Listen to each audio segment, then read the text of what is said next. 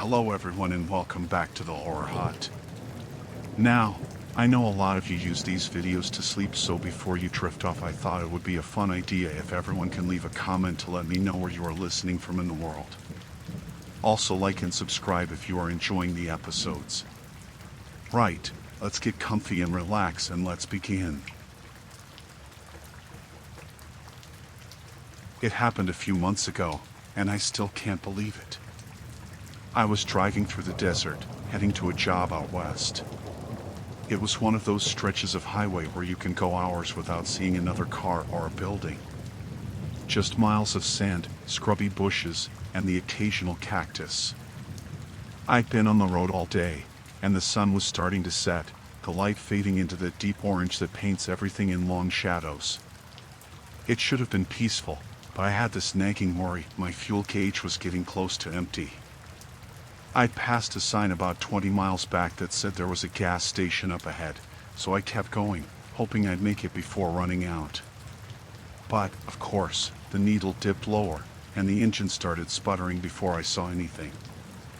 I coasted as far as I could and pulled over to the shoulder. There was nothing around but the sound of the wind brushing over the sand. I grabbed a flashlight and my phone, which was barely holding a charge, and started walking. I figured the station couldn't be too far. After what felt like a mile or so, I finally saw it, a rundown gas station just off the highway. The place looked like it had been abandoned for years. The sign was half falling down, and the windows were all covered in grime. Still, I thought maybe there'd be something there, an old gas can, maybe someone who could help. Anything. When I got closer, I saw the pumps were completely rusted out. The station itself had its front door hanging open, creaking softly in the wind. I hesitated before stepping inside. It was dark, but my flashlight cut through enough to see the place was a wreck. Shelves were knocked over, and trash was scattered everywhere. It smelled stale, like mold and dust. I started looking around, keeping the flashlight low. There were some old cans of food, but they were bloated and clearly not safe to eat. I found an old toolbox on one of the shelves and grabbed it, thinking it might come in handy. That's when I felt it, like someone was watching me. You know that prickly feeling on the back of your neck? It was like that, but stronger. I swung the flashlight around, but the beam only landed on empty aisles and dusty corners. I told myself it was just my nerves. The place was creepy, sure, but I was alone. At least, that's what I kept telling myself. Then I heard it, a soft shuffle, like a footstep, coming from the back of the store. My heart jumped into my throat. I called out, "Hello? Is someone there?" My voice sounded too loud, almost shaky. No answer. Just the wind pushing through the broken windows. I stepped back, keeping the flashlight pointed toward the noise. The shuffling stopped, but I thought I saw something move in the shadows. It was quick, like someone ducking out of sight. That was enough for me. I turned and bolted for the door, toolbox clanging in my hand. When I got outside, I glanced back over my shoulder. I didn't see anyone, but I couldn't shake the feeling that I wasn't alone. I started walking back to my car, faster this time. The desert was pitch black by then, and my flashlight wasn't doing much against the dark. The air felt colder, and every little noise made me jump. When I finally saw my car up ahead, I felt a wave of relief. But as I got closer, that relief turned to dread. The driver's side door was open. I knew I'd locked it before I left. My chest tightened, and I slowed my steps, scanning around with the flashlight. There was no one in sight, but the inside of the car looked off. The glove box was open, papers were scattered on the seat, and the back door was ajar. Someone had been in there.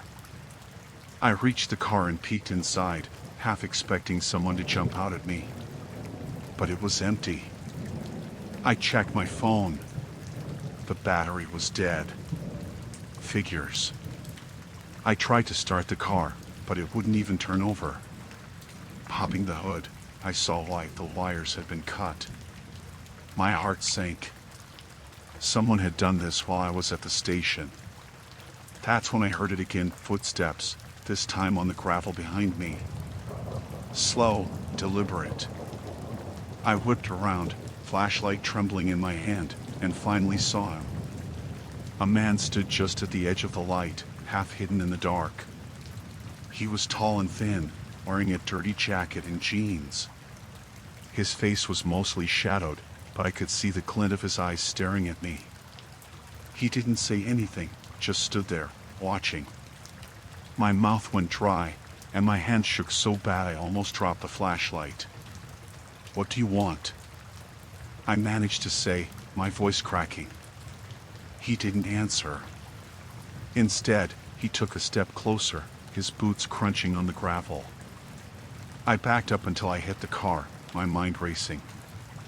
I still had the toolbox in my hand, so I gripped it tight, ready to swing if I had to. "Stay back," I shouted.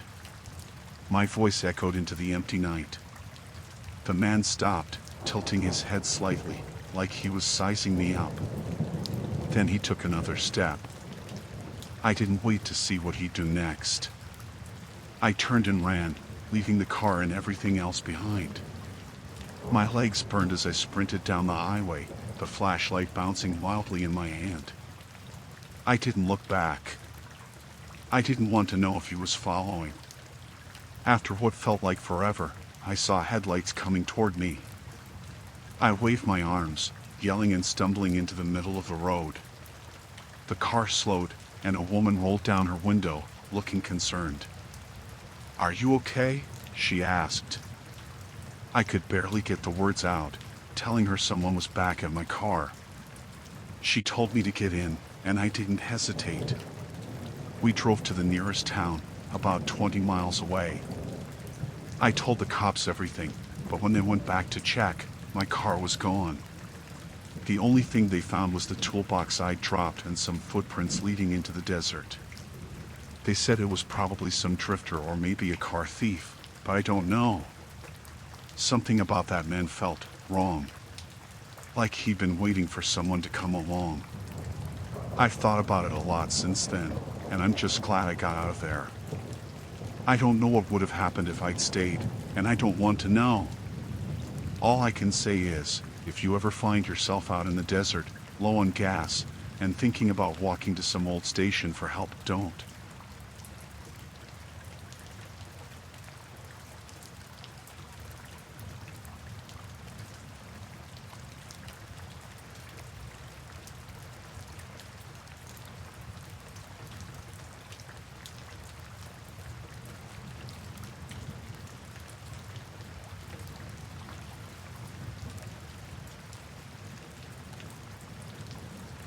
It happened last winter, and I've been thinking about it every day since.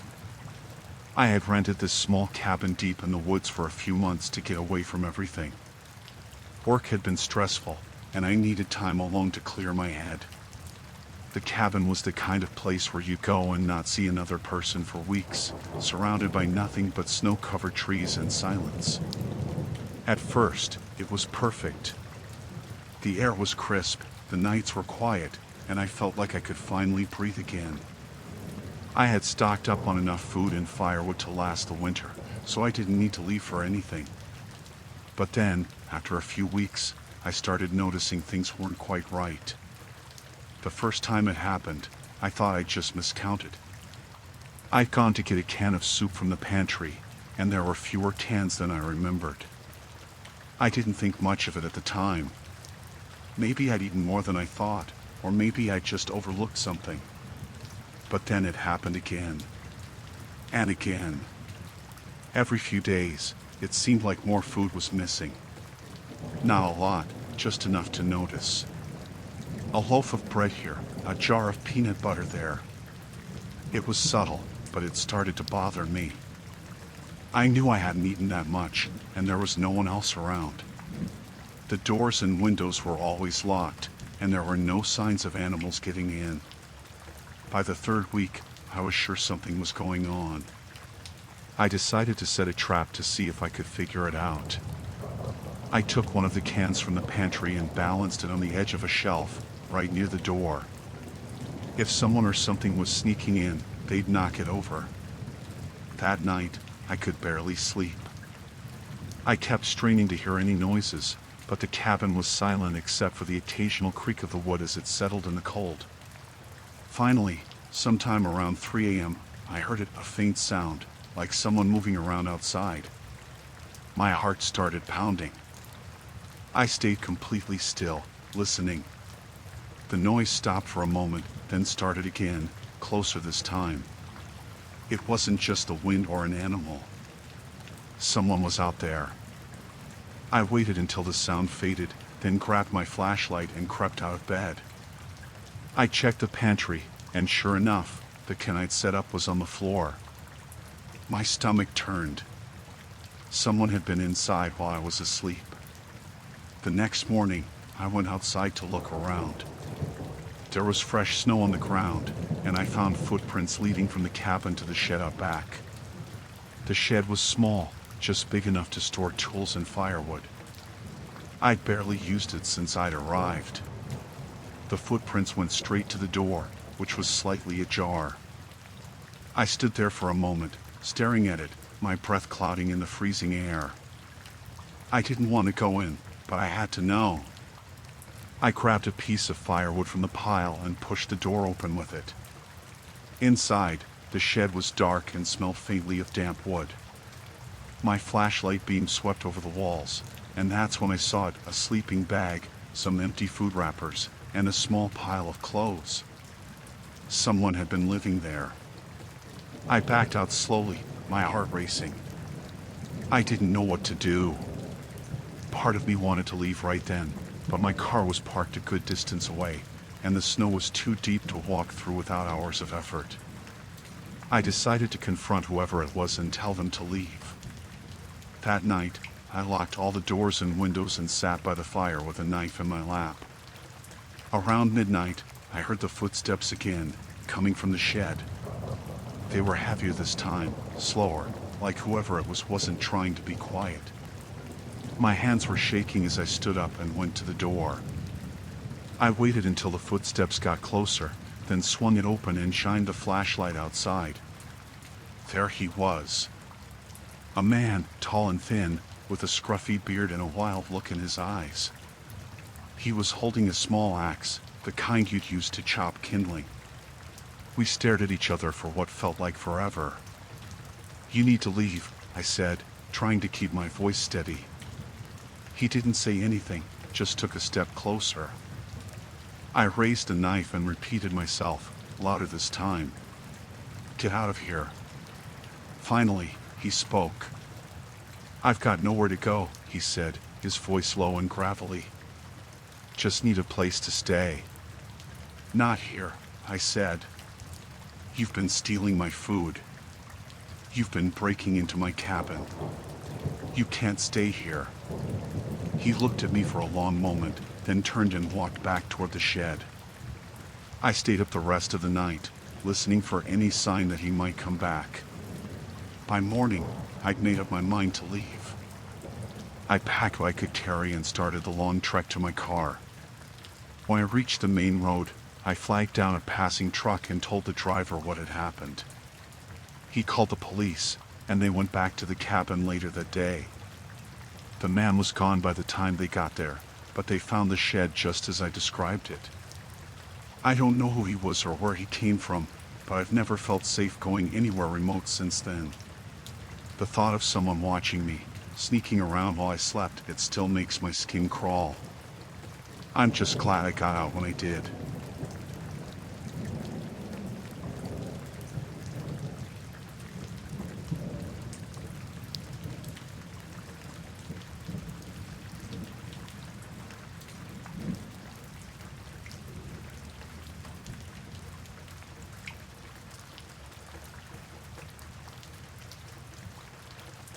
Last year, I decided to spend a weekend hiking in a forest I'd never been to before.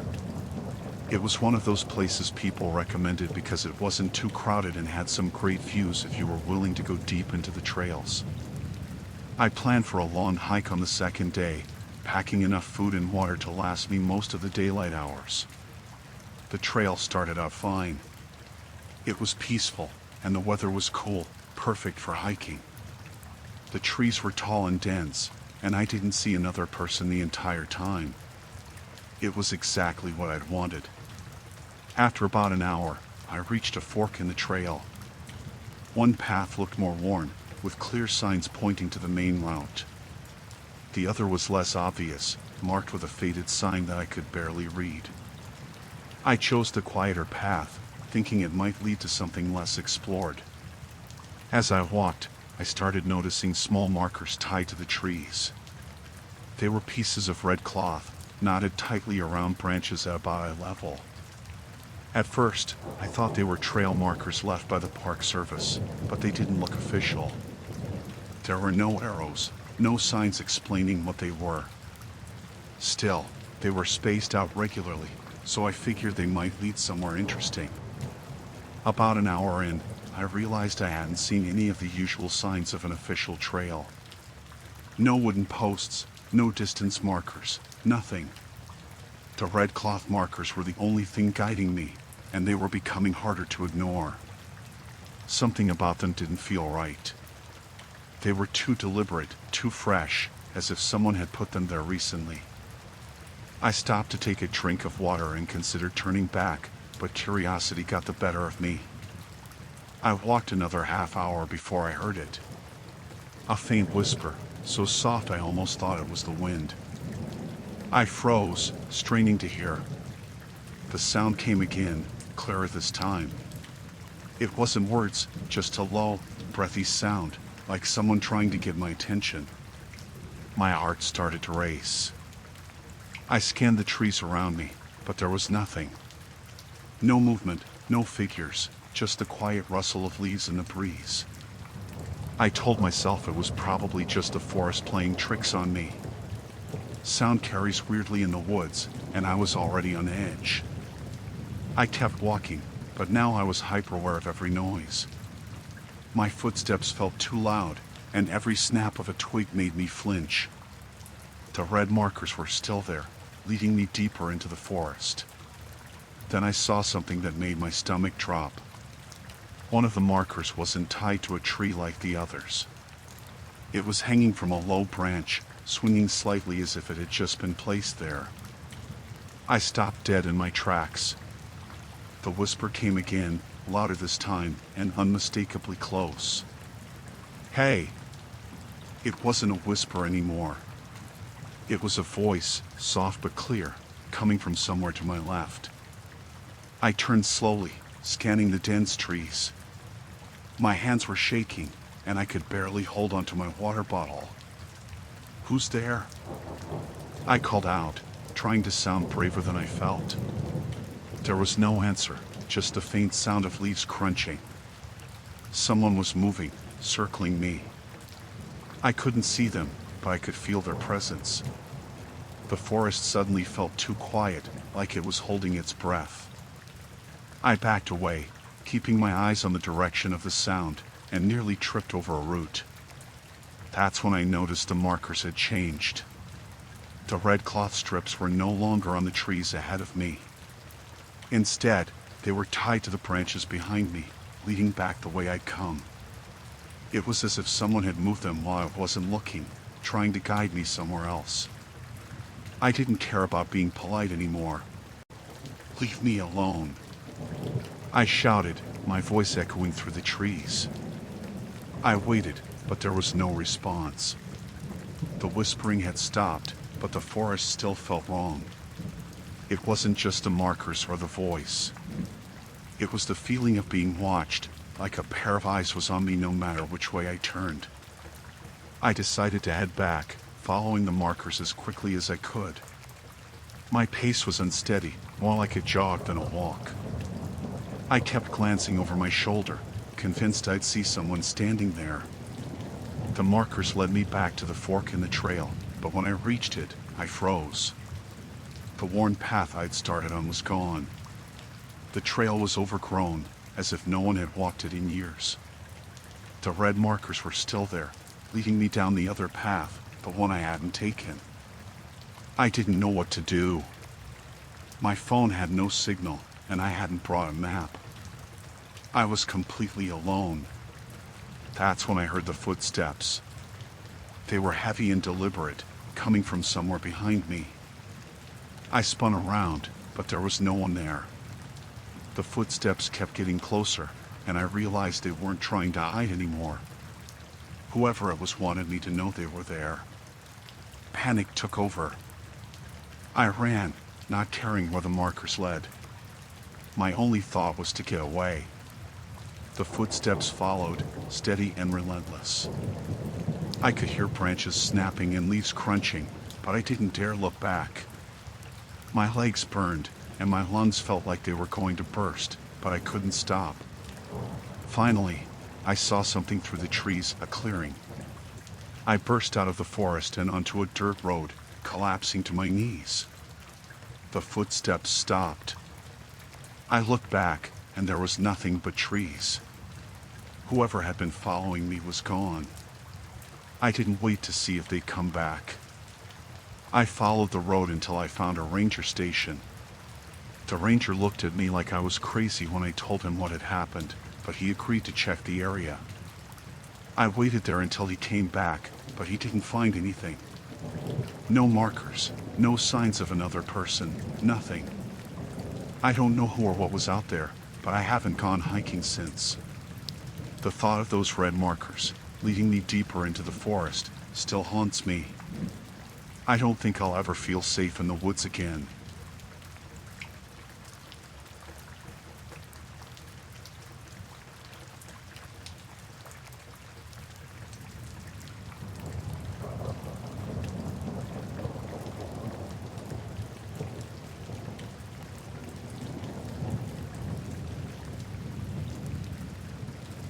I had taken a few days off work to clear my head and decided to spend it kayaking along the stretch of secluded shoreline I had read about. It was supposed to be peaceful and away from people, which was exactly what I needed. I packed everything I'd need: food, water, a tent, and a few basic supplies. The plan was to kayak during the day and camp overnight along the beach. The first day went well. The water was calm, and the scenery was beautiful. I didn't see another person all day. By late afternoon, I found a spot to set up camp. The beach was small, tucked between rocky outcrops with a thick line of trees just beyond. It felt like the perfect place to stop for the night. After pitching my tent and getting a fire started, I noticed something odd. A little farther down the beach, there was another campsite. It was empty, but it didn't look abandoned. There were no tents, but a fire pit had fresh embers, and there was a half-empty water bottle sitting on a log. Whoever had been there had left recently. I stood there for a while, looking at it. It didn't feel right, but I told myself there was nothing to worry about. Maybe someone had packed up and left in a hurry. Maybe they'd come back. Either way, it wasn't my business. I went back to my own camp and tried not to think about it. As the sun set, the beach grew dark quickly. I ate my dinner by the fire and then sat for a while, listening to the waves. It was so quiet I could hear every little sound: the crackle of the fire, the rustle of leaves in the breeze, the occasional call of a bird. It should have been relaxing, but I couldn't shake the feeling that I wasn't alone. It started with small noises, barely noticeable at first. Twigs snapping, leaves crunching, sounds that could have been animals but didn't feel random. They were too deliberate, too steady. I kept glancing toward the tree line, but it was pitch black beyond the glow of my fire. I told myself it was nothing, just my imagination. But then I heard it, footsteps. Slow and measured, circling my camp.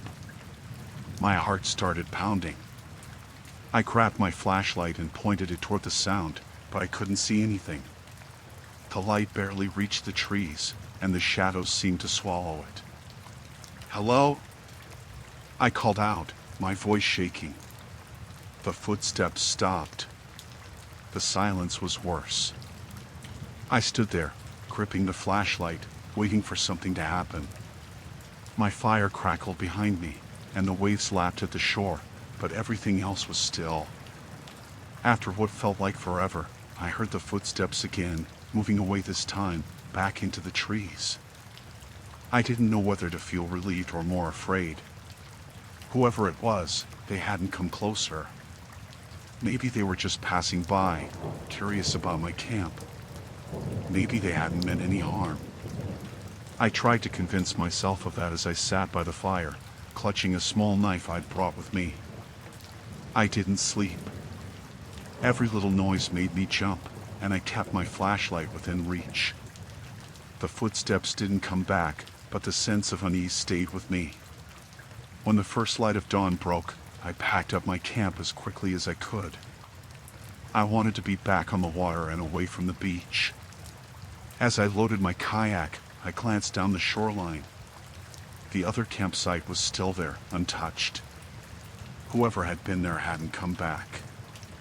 I paddled for hours, putting as much distance as I could between me and that spot. The water was calm, but I couldn't enjoy it. Every time I glanced toward the shore, I half expected to see someone standing there, watching me. By early afternoon, I was exhausted. I found another beach to stop at, this one smaller and more exposed. There were no trees nearby, just rocks and sand. It felt safer, more open. I set up camp again, but I couldn't relax. I kept looking over my shoulder, listening for sounds that didn't belong. As night fell, the unease returned. I built another fire, keeping it larger this time. The open space helped. I could see in all directions. But that feeling of being watched wouldn't go away. I kept my flashlight and knife close, ready for anything. It happened again, just after midnight. The footsteps started, slow and deliberate, coming from the water's edge this time. My fire illuminated the beach, but I couldn't see anyone. The sound circled me, just like before. Whoever it was stayed just out of sight, moving steadily around my camp. "Who are you?" I shouted, trying to keep my voice steady. No answer. The footsteps stopped for a moment, then started again, heading toward the rocks. I shined my flashlight in that direction, but there was nothing there. Just shadows and silence. I didn't wait this time. I packed up my gear in a frenzy, shoving everything into the kayak. My hands were shaking so badly I could barely tie the straps. The footsteps had stopped, but I didn't care. I pushed the kayak into the water and paddled as hard as I could, leaving the beach and the footsteps behind. I didn't stop until the sun rose, pulling up onto a random stretch of shoreline just to catch my breath. My arms felt like jelly, and my whole body was trembling. I stayed there for hours, too afraid to keep going but too terrified to stop for long. Eventually, I made it back to where I'd started. There were a few other cars in the lot, but no one else around. I loaded up my kayak and drove straight home, not stopping once. I haven't been back to that shoreline since. I don't know who was out there or what they wanted, but I'm not planning to find out. The memory of those footsteps, circling me in the dark, is enough to keep me away.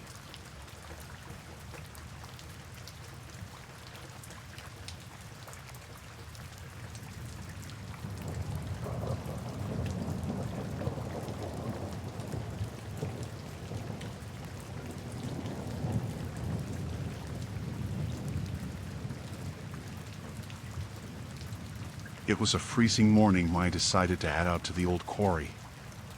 I had been into photography for a while, mostly landscapes and abandoned places. There's something about those forgotten spots, with their broken structures and overgrown paths, that always drew me in. I had heard about this quarry from a guy at a local camera shop. He mentioned it in passing, saying it was a cool place but a bit out of the way. That was what I liked, quiet places where I could take my time without anyone bothering me. I parked my car at the end of a dirt road just outside the quarry's entrance.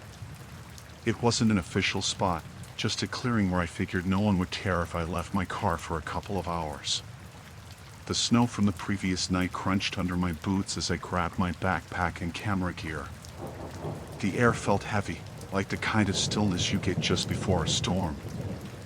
I didn't think much of it. The quiet was nice. Peaceful. The entrance to the quarry wasn't marked, but you could tell where it was from the way the trees thinned out. The path led downhill, and soon the landscape opened up. The quarry was enormous. Jagged walls of stone towered over a frozen pond in the center, and scattered piles of old equipment were half buried in the snow. Rusted tracks and broken down machinery made for great photos. I felt lucky to have found the place untouched, or so it seemed. I spent about an hour wandering around, snapping pictures. The light wasn't great, gray skies and all, but I figured I could edit the photos later. I moved closer to one of the old buildings, maybe an office or a storage shed.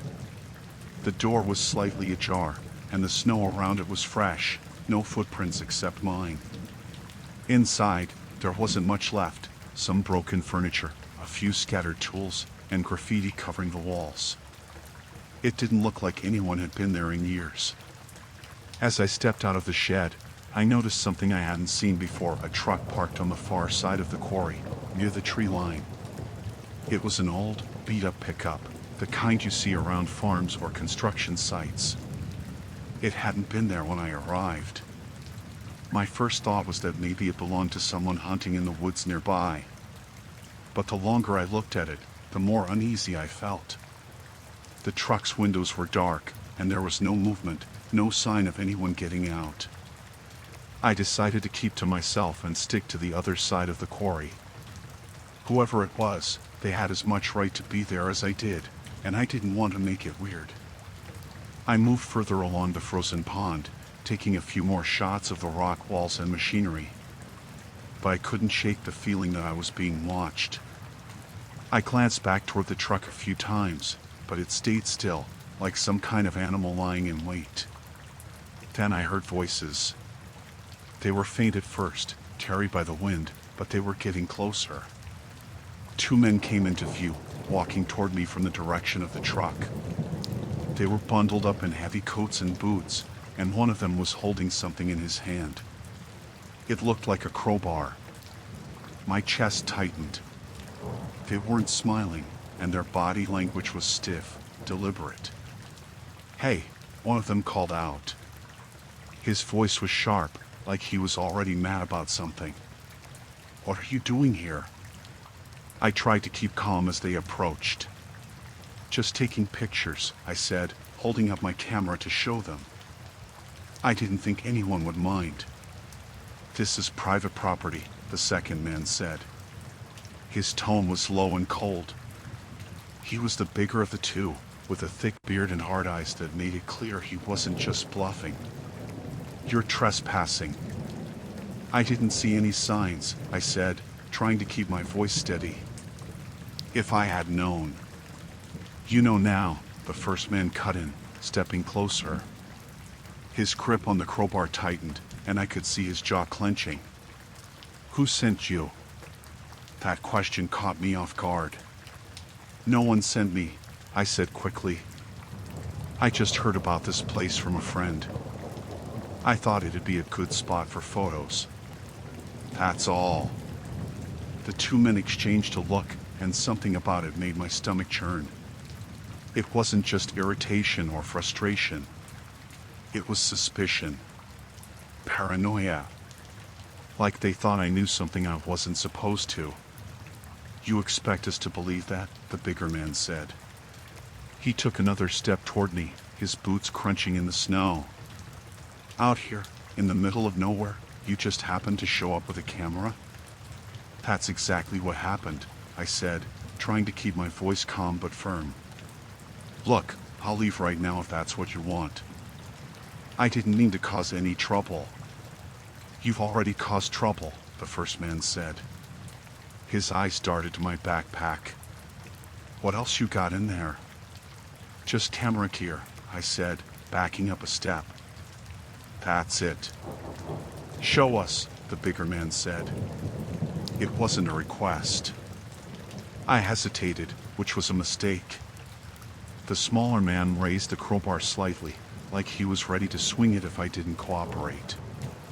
My hands were shaking as I unzipped my backpack and held it open for them to see. They rummaged through it, pulling out my lenses and batteries, tossing them carelessly into the snow. Nothing here, the bigger man muttered, but he didn't sound convinced. Check his pockets. I'm not carrying anything, I said, my voice cracking slightly. I swear. Just let me go, and I'll never come back here. The smaller man grabbed the front of my jacket, yanking me closer. His breath smelled like tobacco and something sour. If you're lying, you're gonna regret it. I'm not lying. I blurted out. I don't even know what this place is. I thought it was abandoned. The bigger man sighed, looking around the quarry like he was making a decision. Then he turned to the other guy. We can't just let him walk out of here. My heart sank. I didn't see anything, I said, desperation creeping into my voice. I'll delete the photos, okay? I didn't mean to. Shut up, the smaller man snapped, pushing me back. You think we're stupid? You think we don't know why you're here? I don't know what you're talking about. I yelled, panic taking over. I don't know anything. The bigger man raised a hand, silencing me. Here's what's gonna happen, he said, his voice cold and deliberate. You're gonna come with us. We'll figure out what to do with you.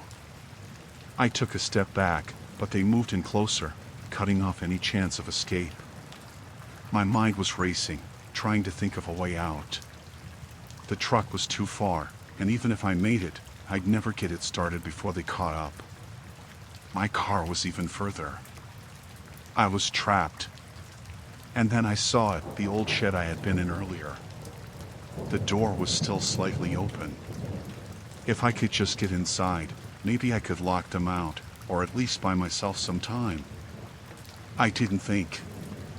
I just ran. Hey, one of them shouted, but I didn't look back. My boots slipped on the icy ground as I sprinted toward the shed, my lungs burning from the cold air. I threw myself inside and slammed the door shut, sliding the rusty bolt into place just as they reached it. They pounded on the door, yelling for me to come out, but the bolt held. For now. I stumbled back, looking around the dim, cluttered space for anything I could use to defend myself. My eyes landed on a rusty shovel propped against the wall. I grabbed it, my hands trembling, and waited. The pounding on the door stopped, and the silence that followed was somehow worse. We'll smoke you out if we have to, one of them yelled. You're not getting out of here alive. I didn't respond. My breath came in shallow gasps as I gripped the shovel tighter. I had no idea how I was going to get out of this, but I knew one thing. I wasn't going to let them drag me away. After what felt like an eternity, I heard their footsteps retreating. I didn't trust it. I stayed put, listening for any sign that they were still nearby. The minutes stretched on, and eventually, the only sound was the wind howling outside. When I finally peeked out of the shed, the truck was gone. But I didn't stick around to question it. I ran straight to my car, not stopping until I was behind the wheel with the doors locked. My hands were shaking so badly I could barely get the key into the ignition. The engine roared to life, and I tore out of there without looking back. I don't know what those men were hiding in that quarry, and I don't want to know. All I know is that I'll never go back there again.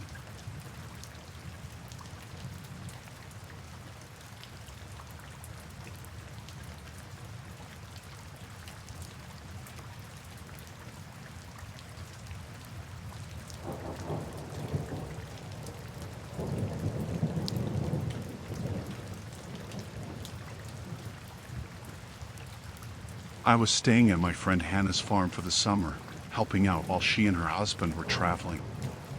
It wasn't a big farm, just a few acres of land, some chickens, and a couple of cows. They'd left me a list of tasks to handle: feeding the animals, watering the garden, basic stuff. I'd grown up in the city, so this was all new to me, but I figured it would be a nice change of pace. The farmhouse was old but comfortable, set at the end of a dirt road with no other houses nearby.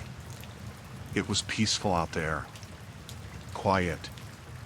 At least, it was at first. I noticed the truck for the first time about a week after I arrived. It was an old, rusty pickup that didn't look like it belonged to anyone nearby. It drove by in the evening, just as the sun was setting. I didn't think much of it at first. People drive by farms all the time. But the next evening, the same truck went by again, moving slowly. The driver didn't stop or wave, just kept going. After a few more days of this, I started to feel uneasy. One night, I was outside locking up the chicken coop when I saw the truck again. This time, it slowed almost to a crawl as it passed the driveway. The headlights cut through the growing dark, and I could just barely make out the silhouette of the driver. He was sitting upright, watching the house. I stood frozen for a moment, then forced myself to finish locking the coop. When I looked back, the truck was gone. I told myself it was nothing. Maybe the driver lived nearby and had some reason to pass the farm every night. Maybe I was imagining things. Still, I started locking the doors earlier and double-checking the windows before going to bed. A few nights later, I was sitting in the living room, reading, when I heard a noise outside. It was faint, just a crunch of gravel, but it was enough to make my heart race. I turned off the lamp and peeked out the window. The truck was back, parked at the end of the driveway. The headlights were off, but I could see the faint outline of the cab against the moonlit road. I stayed there, barely breathing, watching as the minutes ticked by. Eventually, the truck started up again and drove off. I didn't sleep much that night. The next day, I called Hannah. I didn't want to worry her, but I needed to tell someone. She listened quietly, then told me to keep the house locked and call the sheriff if anything else happened. She said she'd let a neighbor know to check in on me. That made me feel a little better, but not much. For a few days, nothing happened. I started to think maybe the driver had just been passing through, and I was overreacting. But then came the night I heard the screen door creak. It was late, and I was in bed, half asleep. The farmhouse was old, and the walls creaked when the wind blew, so I almost didn't register the sound at first. But then it happened again, a long, slow creak, followed by the soft thud of the screen door shutting. I froze. The bedroom was upstairs, and I could hear every little sound in the house when it was quiet. There were footsteps now, heavy and deliberate, moving through the kitchen. My first thought was that it must be the neighbor Hannah had mentioned, maybe checking in without calling first. But it was nearly midnight, and no one would just walk into the house like that. I slipped out of bed as quietly as I could and grabbed my phone. The floorboards groaned under my weight, and I winced, holding my breath. The footsteps stopped for a moment, then started again, heading toward the stairs. I dialed 911 and whispered my address to the dispatcher, trying to stay calm. She told me to stay on the line and lock myself in a room if I could. I moved to the closet and slid the door shut, crouching down behind a pile of boxes. My heart was pounding so hard I thought whoever was in the house would hear it. The footsteps reached the top of the stairs. They paused, then moved toward my bedroom. I could hear the floor creaking just outside the door. The handle turned, and the door opened with a soft squeak. I bit down on my hand to keep from making a sound. The dispatcher was still on the line, whispering to me to stay quiet and stay hidden. I barely heard her over the sound of my own breathing. The footsteps entered the room and stopped. For a moment, everything was silent. Then I heard the faint rustle of fabric, like someone was moving around, searching. The closet door didn't open. After what felt like an eternity, the footsteps retreated. I heard them going back down the stairs, slower this time, almost cautious. The screen door creaked again, and then it was quiet. I stayed in the closet until I heard sirens in the distance. When the deputies arrived, they found the front door wide open but no sign of anyone nearby. The truck was gone. The deputies searched the property and found footprints in the snow leading from the driveway to the house. They circled the chicken coop and a few outbuildings before disappearing into the woods. They didn't find the truck, and there wasn't much else they could do. I stayed at the farmhouse for one more night, but I didn't sleep. The next morning, I packed up and left. I told Hannah I couldn't finish out the summer and apologized for leaving her in a bind. She understood, though. When I told her what happened, she didn't try to convince me to stay. I don't know who that man was or what he wanted. Maybe it was just some local messing around, or maybe it was something worse. I try not to think about it too much. But I'll never forget the sound of those footsteps, slow and deliberate, moving closer in the dark.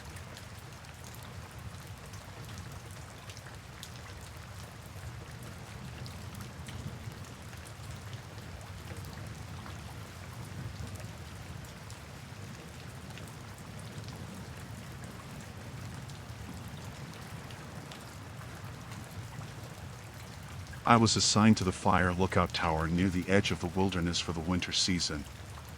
It wasn't the most exciting job, but I liked the quiet, and the isolation didn't bother me. The tower was a tall, old structure, solid enough, with a cabin at the top and a spiral staircase wrapping around it. From up there, I could see for miles forests stretching out in every direction, mountains to the north, and a thin, winding road cutting through the trees like a scar. The days passed in routine. I monitored the radio, scanned for smoke, logged weather conditions. It was uneventful, but that was good. Fires were rare in the winter. Most of the work was just keeping an eye on things and staying alert in case of emergencies. A couple of weeks in, I noticed the first message. It was carved into the wooden rail on the cabin's deck. At first, I thought it was just old graffiti. Rangers sometimes scratched their initials into the tower or left notes about the scenery. But this wasn't like that. The letters were deep and rough, like they'd been gouged in with a knife. It said, "Who do you think you are?" It startled me. I ran my fingers over the grooves, trying to figure out how long it had been there. The wood felt weathered, but the edges of the letters weren't faded. It looked fresh. That didn't make sense. I hadn't seen anyone since I arrived, and the stairs were noisy enough that I'd have heard someone climbing up. I radioed the main station and asked if anyone had been assigned to the tower recently, but they said no. They joked that maybe I had a ghost or was seeing things, but I didn't find it funny. It felt wrong. I didn't like the idea that someone had been up there, carving messages when I wasn't looking. The next day, I found another one. This time, it was inside the cabin on the windowsill. "You don't belong here." The letters were jagged, slanted, and uneven. It hadn't been there the night before, I was sure of it. I started to feel uneasy, like I was being watched. I checked the stairs, the perimeter around the tower, even the undercarriage of the cabin where the support beams were bolted to the platform. Nothing. No footprints in the snow, no signs that anyone had been near the tower. I didn't sleep much that night. I kept hearing creaks and groans, but it was probably just the wind. Still, I stayed up, sitting by the window with the lights off, scanning the darkness for movement. The forest was still. Just black shapes against the white snow. The third message was the worst. It wasn't carved into wood this time. It was scratched into the frost on the cabin window. "Look behind you." I froze. My breath clouded the glass as I stared at the words, my heart pounding in my chest. Slowly, I turned around. Nothing. The cabin was empty, just the faint hum of the heater and the pile of firewood by the stove. But I felt it then, that awful, crawling sensation on the back of my neck, like someone was standing just out of sight, watching. I grabbed my flashlight and went outside. The cold bit into my face as I stepped onto the deck and swept the beam over the forest below. The snow sparkled under the light, unbroken and smooth. I circled the cabin, shining the light into every corner, but there was no one there. The next morning, I climbed down the tower to check the area more thoroughly. The wind had kicked up during the night, and the snow was crusted over with ice. I walked around the base of the tower, looking for tracks or signs of anyone nearby. About 50 yards out, I found them. Footprints. 2 sets, side by side, leading out of the trees and stopping in a clearing.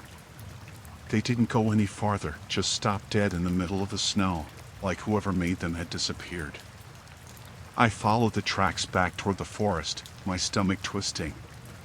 They were deep and uneven, like whoever had made them was walking slowly, carefully. Watching. I scanned the trees, but they were empty. When I looked back at the tower, I saw the glint of something in the distance. It was faint, just a flash of light reflecting off metal, but it was enough to catch my attention. I raised my binoculars and scanned the ridge. It took me a second to find it, a figure, standing just beyond the tree line, holding a pair of binoculars, staring right at me. I froze. The figure didn't move. I couldn't make out their face, just the shape of their coat and the dark shadow of their binoculars. I dropped mine and waved, shouting to get their attention, but they didn't react. They just stood there, unmoving, watching me. It felt wrong. I started walking toward them, but as soon as I stepped forward, they turned and disappeared into the trees. I radioed the station again, told them what I'd seen. They said they'd send someone out to check the area, but it would take a while. The road was icy, and they were short-staffed. I climbed back up to the cabin and locked the door, my hands shaking. The rest of the day passed in tense silence. I kept looking out the window, expecting to see that figure again, but the forest was empty. The tracks in the snow stayed where they were, slowly filling with drifting ice as the wind picked up. When night fell, I closed the curtains and turned off the lights. I didn't want to be seen. I didn't find any more messages after that, but the feeling didn't go away. I couldn't shake the sense that I wasn't alone, that someone was out there, waiting. The forest felt alive, watching me through the windows, closing in every time I looked away. When the rangers finally arrived the next morning, I almost collapsed with relief. They didn't find anything, no signs of the figure, no new tracks in the snow, but they didn't dismiss me either. They said I could take a break if I wanted, head back to town for a few days. I didn't argue. I left that day and didn't go back. I don't know who was out there or what they wanted, but I can still see that figure, standing on the ridge, the sun glinting off their binoculars as they watched me. It's been months, and I still feel their eyes on me, even now.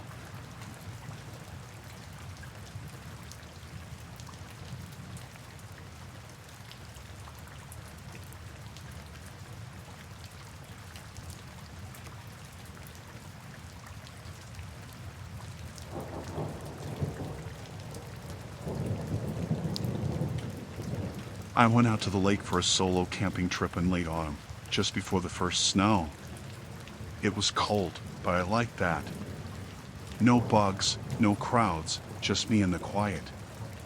The campsite I picked was on the far side of the lake, a bit out of the way and only accessible by hiking trail or canoe. It was a small clearing with a fire pit and a view of the water. I'd camped there before and never seen anyone else around. I got there in the afternoon, set up my tent, and collected firewood. By the time the sun started going down, I had a fire going and my dinner cooking.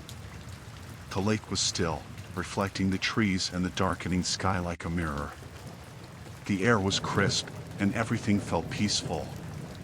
After eating, I sat by the fire for a while, listening to the occasional rustling in the trees and the faint sounds of the water lapping at the shore. I always found it calming to be out there alone, away from the noise of the city. Eventually, the cold started to get to me, so I banked the fire and crawled into my tent to sleep. I must have fallen asleep quickly because the next thing I knew, I was waking up to a sound outside. It was faint at first, just a soft splashing. My first thought was that it was a beaver or a fish jumping, but it kept going.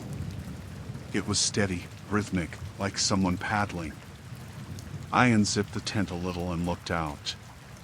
The fire had burned down to embers, and the moonlight was bright enough to see the water. At first, I didn't notice anything unusual, just the lake shimmering in the moonlight and the trees casting long shadows. But then I saw it, a small boat, maybe a canoe or a rowboat, moving slowly across the water. The boat had no lights, no reflective strips, nothing. It was just a dark shape against the silver water. I couldn't make out much about it, but I could tell it wasn't a fishing boat or anything like that. It was too small, and the way it moved seemed off.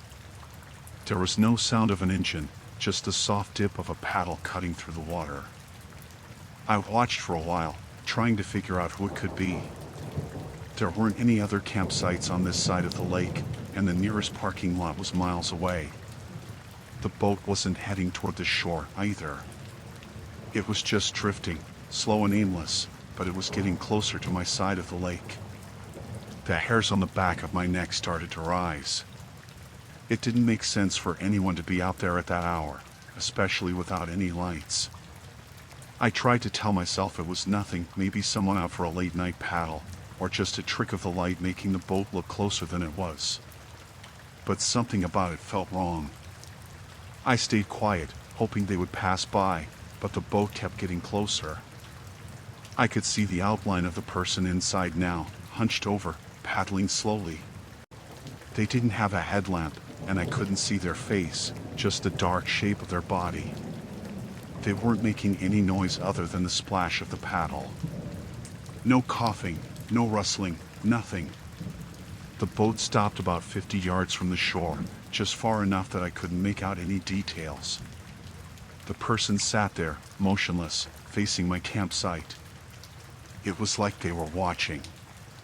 My heart was pounding, and I tried to stay still, barely breathing. I didn't want to move or make any noise that might give away that I was awake. After what felt like forever, the boat started moving again, but not away. It drifted closer, inching toward the shore. The paddle barely made a sound now, just the faintest ripple as it dipped in and out of the water. I couldn't take my eyes off it, my mind racing with all the things this could be. None of them were good. When the boat was about 30 feet from the shore, it stopped again.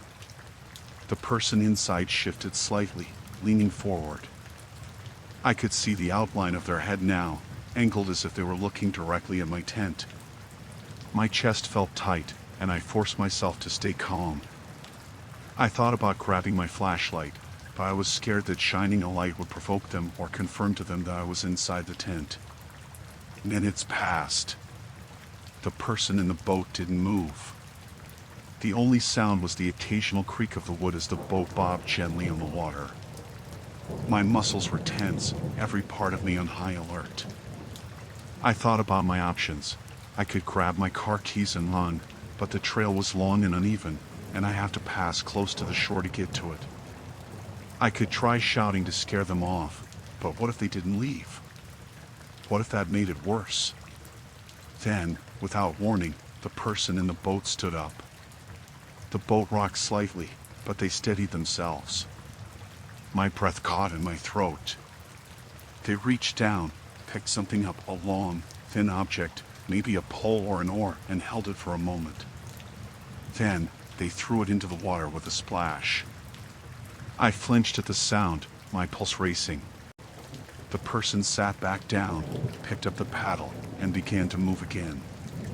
This time, They turned the boat away from the shore and started paddling back the way they had come. The splashing grew fainter and fainter until it was gone, and the lake was still again. I didn't sleep the rest of the night. I stayed in the tent, clutching my flashlight and my phone, listening for any sound.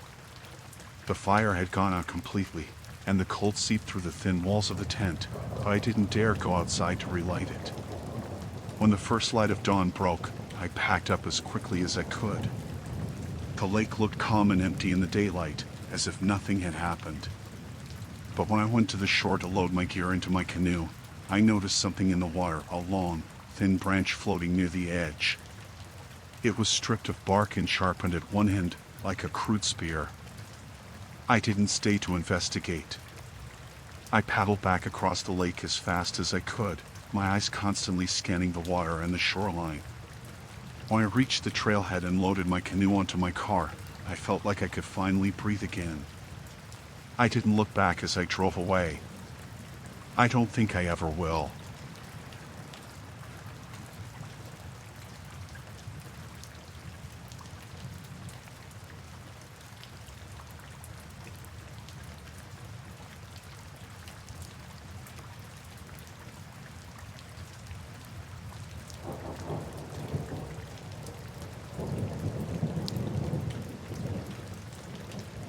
I moved out to the cabin because I wanted to be alone. It wasn't anything fancy, just a small place off a logging road deep in the woods. I didn't have a mailbox or any utilities. I had a generator, a well for water, and a wood stove. Most days, I chopped wood, hunted, or checked my traps. It was the kind of life I wanted, quiet and simple. The first sign something wasn't right came about 2 weeks after I moved in. I'd gone out to check my traps one morning and was gone for a few hours. When I got back, I noticed the latch on my shed was open. I always kept it shut tight because the wind could rip it open, and I didn't want critters getting inside. But there it was, swinging back and forth in the breeze. At first, I thought I might have left it unlatched by accident. I checked inside, and nothing was missing, just some tools and a few bags of feed I hadn't unpacked yet. I closed it up, made sure it was locked, and didn't think much more about it. A few days later, it happened again. I'd been up fishing at a stream about a mile from the cabin. When I got back, the shed was open. This time, I knew I'd locked it because I'd double-checked before I left. Again, nothing was missing. But the fact that someone might have been on my property made my skin crawl. I figured it could have been a hunter or a hiker who got turned around. It was rare to see anyone this deep in the woods, but not impossible. I started paying more attention after that. I checked for footprints around the cabin and the shed, but the ground was hard and covered in leaves, so I didn't see anything. I also started carrying my rifle with me when I went out, just in case. It wasn't paranoia, I told myself. It was just being careful. A week later, I found something that made my stomach drop. I'd been out gathering firewood all day. When I got back, there was a piece of paper pinned to my front door with a nail. It was an old scrap torn from a grocery bag or something, rough around the edges and wrinkled. There was a drawing on it, done with a pencil or maybe charcoal. It was a crude map, just a few lines showing the logging road, the stream, and my cabin marked with an X. Whoever made it knew exactly where I was. I stood there staring at it, my hand gripping the door frame so hard it hurt. I tore the paper down and crumpled it up, my heart racing. I didn't know what to think. Was someone just messing with me, or was it something more serious? Either way, it wasn't good. I decided then and there I wasn't going to leave the property again without locking everything up tight. That night, I sat by the wood stove with my rifle across my lap. I kept the lights off and listened to the woods outside. The wind rattled the windows, and the trees creaked in the cold. Every little sound put me on edge. I barely slept. The next morning, I started making changes. I rigged up some makeshift alarms around the property, tin cans on strings, little things that would rattle if someone came too close. I also cleared some of the brush around the cabin so I have a better line of sight. It wasn't much, but it made me feel a little safer. A few days went by, and nothing happened. I started to think maybe whoever it was had moved on. Then, one night, I woke up to a noise. It was faint, just a soft clinking sound, but it was enough to jolt me awake. I sat up in bed, my pulse pounding. The cabin was pitch dark, and for a moment, I thought I might have imagined it. Then I heard it again, louder this time. It was coming from outside, near the shed. I grabbed my rifle and crept to the window. The moon was bright enough to see the yard, but I didn't see anyone. The shed door was swinging open again, the tin cans I'd strung up around it clinking together in the breeze. I stood there for what felt like forever, watching and listening. Finally, I worked up the nerve to go outside. I stepped onto the porch, the rifle tight in my hands, and scanned the yard. Everything looked still. The woods were silent except for the wind. I walked to the shed, my breath fogging in the cold air, and shone my flashlight inside. It was empty, just like before. But this time, there was something new. In the dirt near the doorway, I saw footprints. They were fresh, too big to be mine, and leading away into the trees. I followed them a little way, but they disappeared into the brush where the ground was too hard to leave marks. I didn't like the idea of chasing someone into the woods at night, so I went back to the cabin and locked myself inside. The next day, I went into town to talk to the sheriff. I didn't know what else to do. He listened to my story and said he'd send someone out to take a look, but I could tell he didn't take it seriously. Probably just a hunter or a kid messing around, he said. I didn't feel any better after that. Whoever it was knew I was there. They knew how to get to my property and where I kept my things. And they'd been watching me. That night, I stayed up late, sitting by the window with my rifle. Around midnight, I saw movement in the trees. It was just a shadow at first, a dark shape slipping between the trunks. I froze, my breath catching in my throat. Then I saw him, a man, walking slowly toward the cabin.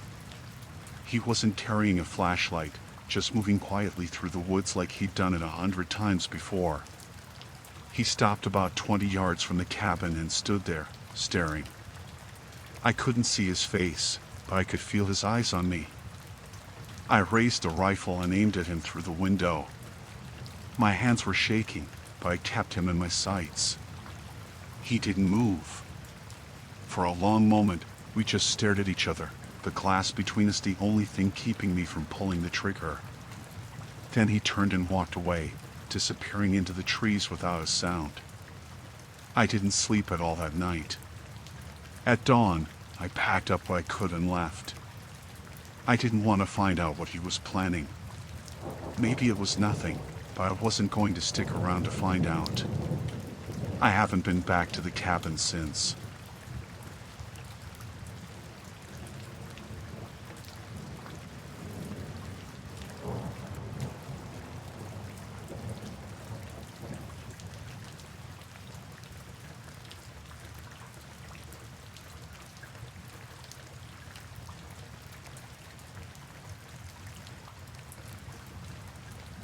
I had been driving for hours. The sun was setting, casting long shadows across the empty road.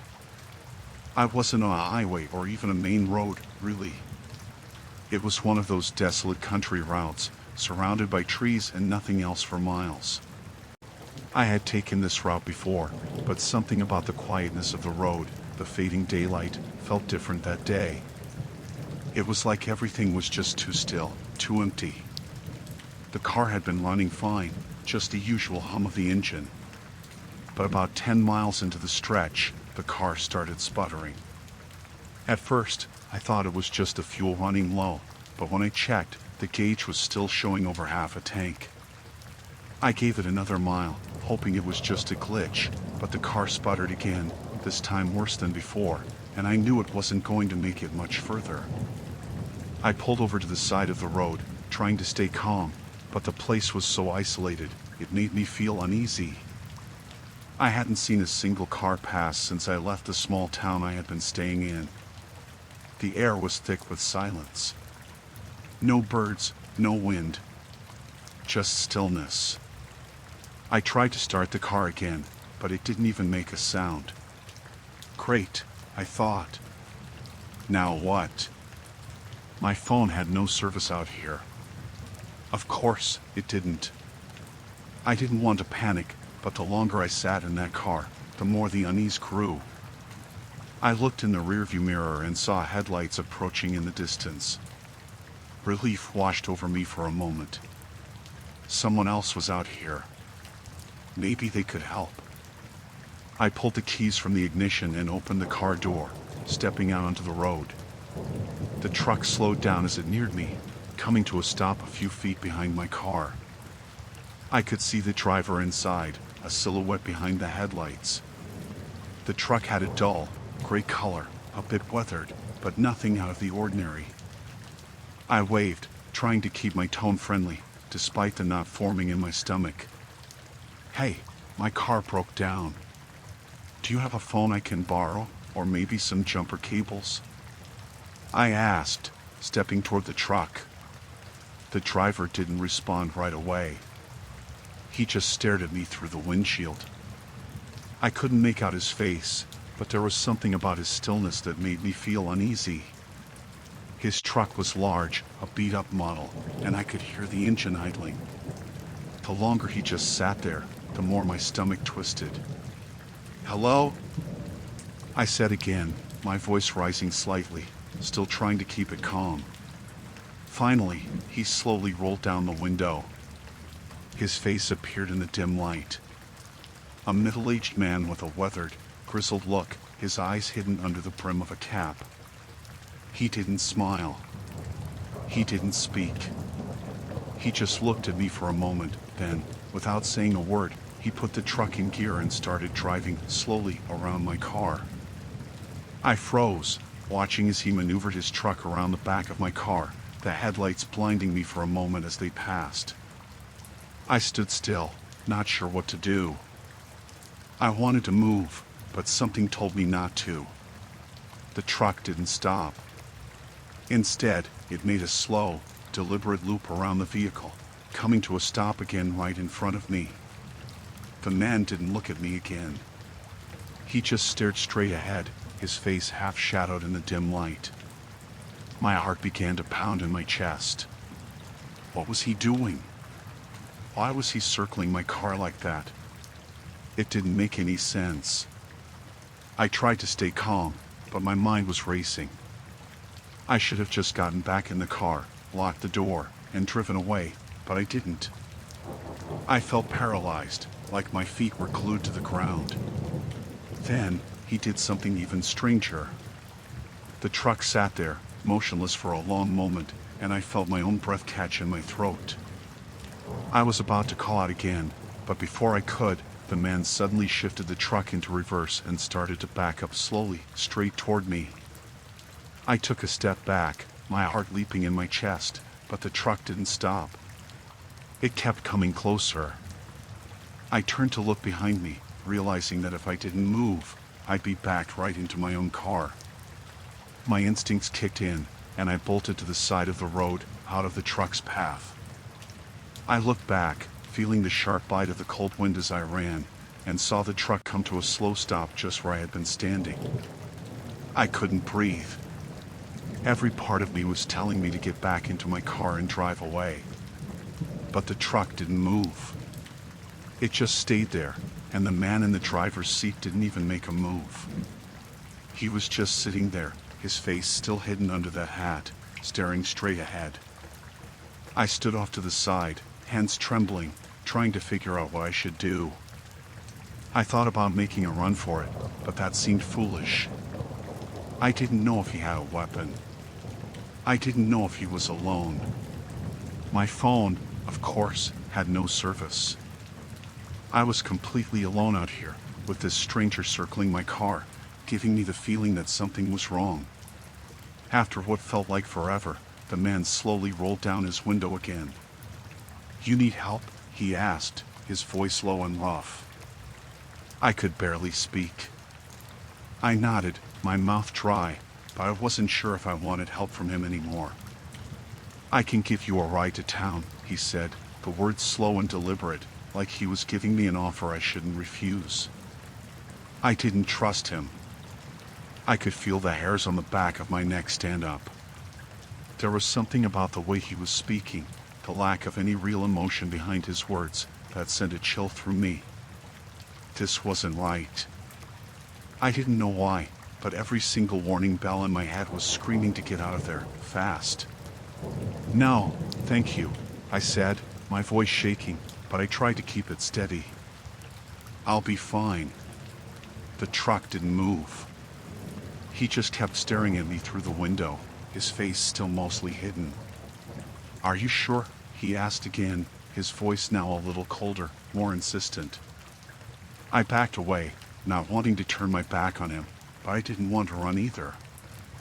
"I'm fine," I said again, louder this time, and I moved toward my car. I could see him watching me in the side mirror, but I didn't look back. I got into my car, locked the doors, and started the engine. My hands were shaking as I drove away, my heart racing in my chest. I didn't look back at the truck, but I felt his eyes on me the entire time. When I finally hit the main road, I looked in my rearview mirror, and sure enough, the truck was still there, not far behind, but it didn't follow me. It just stayed back, watching as I drove away. I didn't stop until I reached the nearest gas station. I pulled in, parked, and locked the doors. I could feel the sweat on my palms, my legs still shaking. I don't know what would have happened if I had stayed, but I knew that whatever it was, it wouldn't have been good. I never did see that truck again, but I'll never forget the way that man circled me.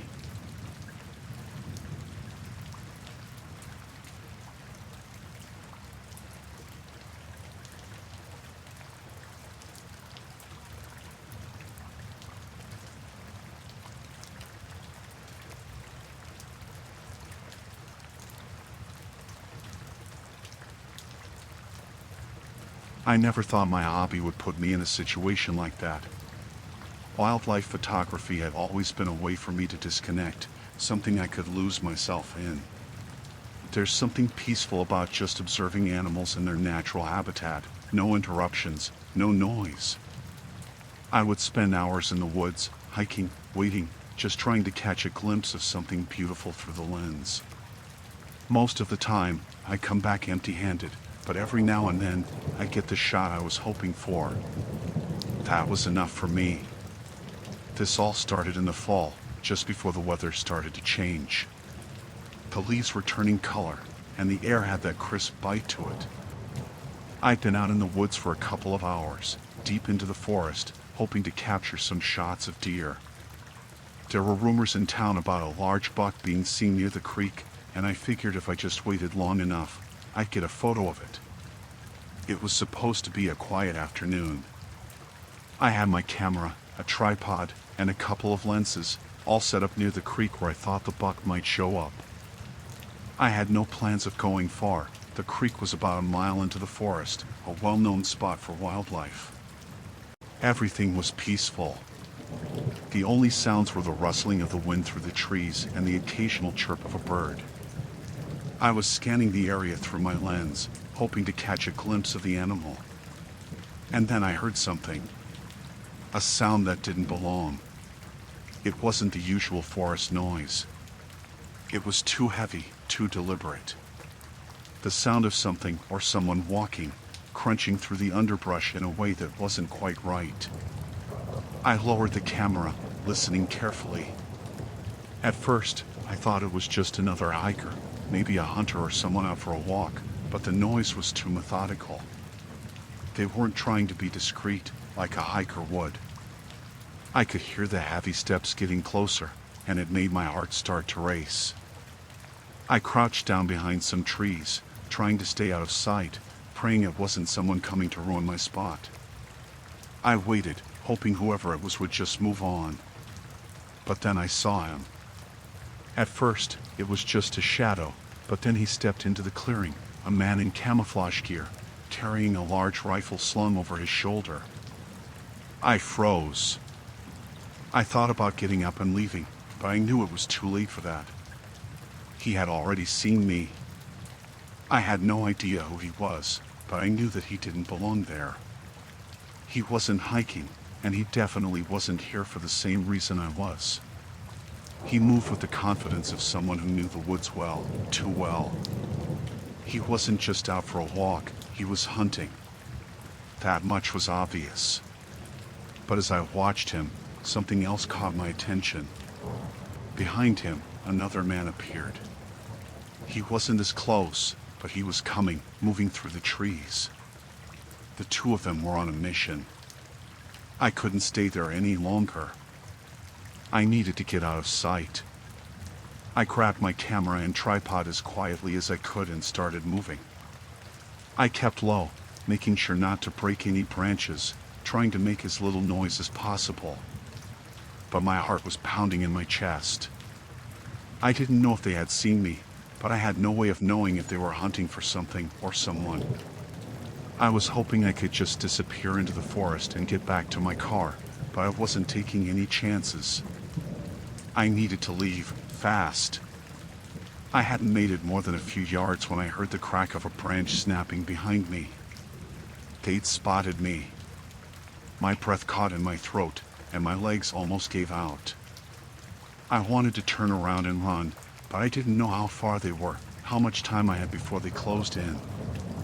I slowed down, trying to listen, trying to get a feel for where they were.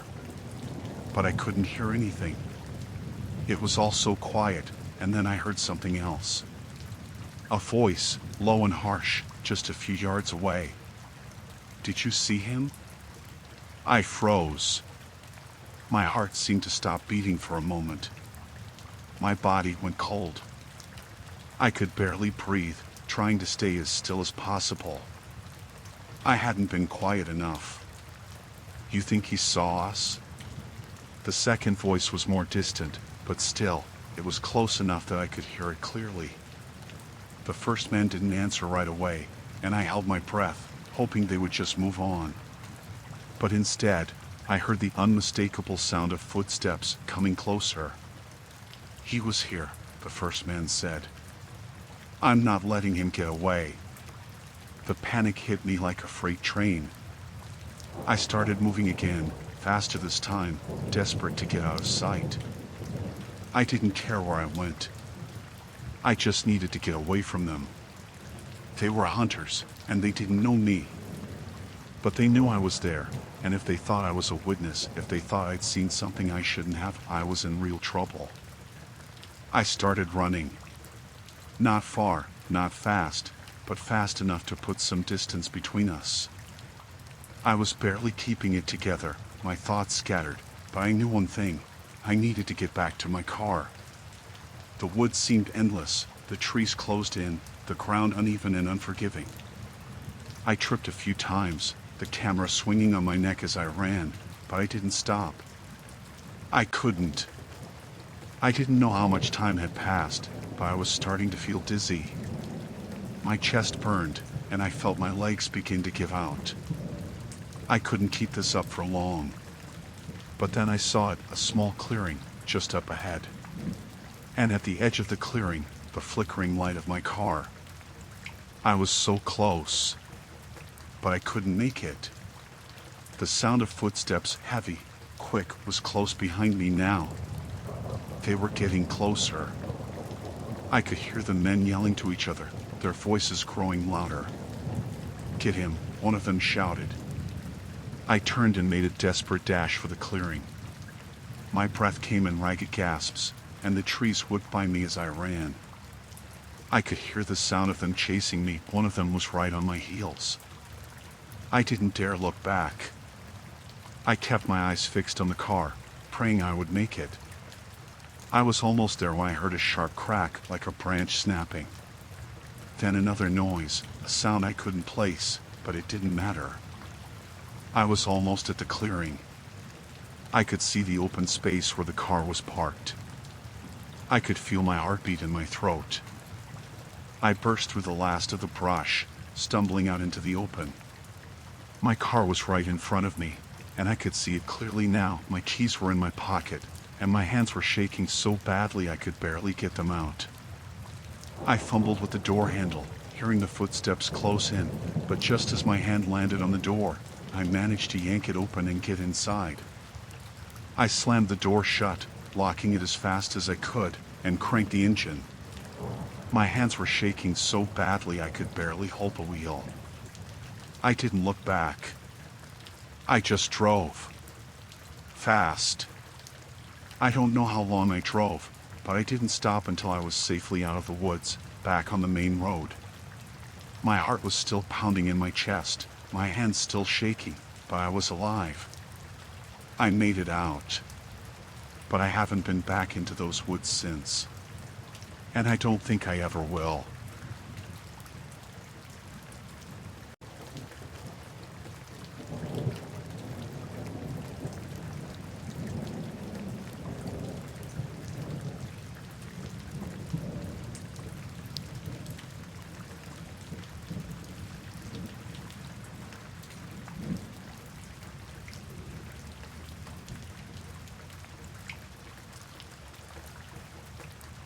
I wasn't sure what I was expecting when I booked the cabin for the weekend. It was an Airbnb, way out in the woods, the kind of place that had no neighbors for miles, and the nearest town was over an hour's drive. The pictures online looked inviting enough, rustic, quiet, and isolated in a way that seemed peaceful. I needed to get away from the city for a bit, clear my head, and this place seemed perfect. I didn't tell anyone where I was going, just needed some time for myself, you know? The drive there was long, the kind of drive where you can feel the silence pressing in on you. The weather had been cloudy and cool, and the roads were winding through dense trees. I passed a few old farmhouses on the way, all vacant, their yards overgrown and the barns falling apart. It was the kind of place where you could imagine that people had just stopped caring and left without a word. It felt like a place where time was stuck. The cabin itself wasn't much. Small, wooden, tucked between some tall pines and oaks, with a small porch and a few chairs outside. It had an old feel to it, but not in a charming way, more like it hadn't been updated in decades. Still, it had everything I needed, a small kitchen, a cozy living room, a couple of bedrooms. It was perfect for getting away from it all. After the long drive, I didn't waste any time unpacking my things and getting settled in. The first night was quiet. I cooked a simple dinner, read for a while, and then went to bed early. It was the kind of quiet where the only sounds were the wind rustling through the trees and the occasional creak of the cabin settling. At one point, I thought I heard something outside, like footsteps crunching in the leaves, but when I checked, there was nothing. The world outside felt heavy, like everything was waiting for something, but I couldn't put my finger on what. It was unsettling, but in a strange way, it also made me feel a little safer. Like I was hidden from the world in this little cabin. The next day, I decided to explore. There was a trail behind the cabin that seemed to go on for a while, disappearing into the trees. I grabbed my camera and headed out, figuring I'd spend a few hours hiking around. The trail was narrow, barely wide enough for a single person, and it twisted and turned through thick woods. It was beautiful, silent, peaceful, except for the occasional bird call. The air was fresh, and the scent of pine filled my lungs with every breath. It was perfect, just what I needed. About half an hour in, I came across something odd, a small clearing. And in the middle of it was a cabin. At first, I thought it was part of the Airbnb property, maybe an old shed or something they'd forgotten to mention. But as I got closer, I realized this place was different. It was run down, with moss growing on the roof and the windows covered in grime. It looked abandoned, old, and out of place in the middle of nowhere. I stopped for a moment, debating whether or not to go closer. Something about the cabin gave me an uneasy feeling, but curiosity got the better of me. I decided to take a look, thinking maybe it had some historical significance or a neat view from inside. I had my camera with me, so I thought I could snap a few pictures of it, make it part of the experience. I walked up to the front door, which was slightly ajar. The wood was weathered, the paint peeling off in large chunks. I pushed it open and stepped inside. The air was thick with dust and decay. It didn't smell like it had been lived in for years, just old, stagnant air. The place was barren, save for some old furniture covered in sheets, some broken glass, and a few discarded things that seemed to have been left behind. There was a strange feeling about the cabin, like it was a place people had abandoned, but I couldn't shake the feeling that it wasn't entirely empty. I moved around cautiously, taking a few pictures of the interior. The floor creaked under my weight, and every step seemed louder than it should have been. I don't know why, but I felt the need to explore more of the house, like something was pulling me deeper inside. I walked into the back room, where there was an old fireplace and a stack of wood near the wall. It felt colder back there, the temperature noticeably dropping as I moved farther from the front door. That's when I heard the click. The door. It clicked shut. Locked. I froze, my heart pounding in my chest. I thought maybe I'd accidentally pushed the door closed behind me, but then I heard it again, a faint, almost imperceptible scrape of metal on metal. I turned around and saw the door handle moving, as if someone was on the other side, trying to lock it. Panic rose in my throat. I rushed to the door and tried to open it, but it wouldn't budge. I could feel my breath quickening, and I fought to calm myself. My phone was still in my pocket, but I was afraid to make noise by reaching for it. I pressed my ear to the door, listening. There was someone out there. I could hear faint footsteps on the wooden floor outside the cabin. I backed away from the door, my mind racing. Should I stay quiet and hope they leave? Should I try to get out through a window? I had no idea who would lock me inside an old cabin like this. I hadn't seen anyone else on the trail when I was walking up. No one had followed me. My phone vibrated in my pocket, but I ignored it, too scared to make a sound. I stayed pressed against the far wall, waiting for what felt like an eternity, trying to hear something, anything that could give me an idea of what was going on. I thought about going back to the window and seeing if I could spot anyone outside. But the idea of getting any closer to the door made my stomach turn. And then, through the grime on the window, I saw it. A figure. Standing outside, right in front of the cabin. I couldn't see much at first, just the outline of a person. But then the figure stepped closer to the window, and I saw something that made my blood run cold. They were holding my phone. I hadn't left it on the floor. I hadn't dropped it. It was in my pocket. Somehow, they had it.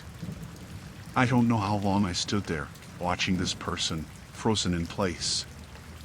I wanted to scream, to do something, anything, but I couldn't. I didn't want to make a sound and let them know I was inside. They moved slowly, methodically, just standing there, watching me. I don't know what they were waiting for, but I could feel their eyes on me, even if I couldn't see their face. The minutes stretched on, and I couldn't take my eyes off the figure. I had no idea who they were, what they wanted, or why they were here.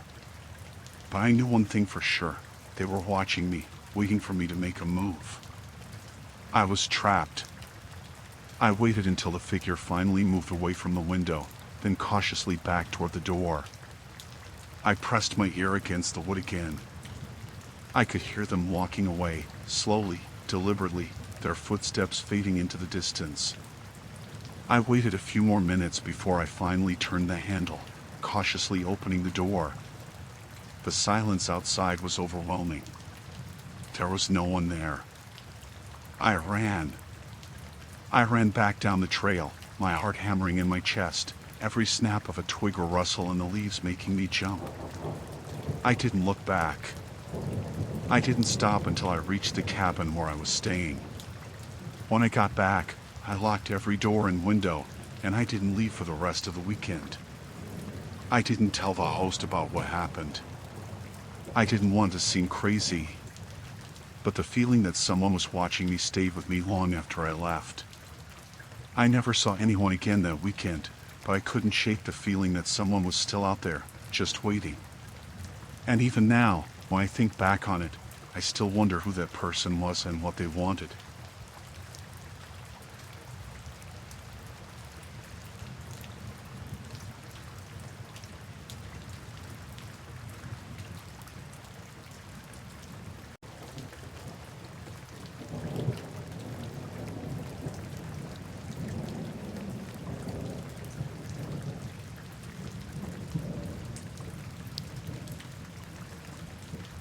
It was supposed to be a quiet week, just me and the ocean.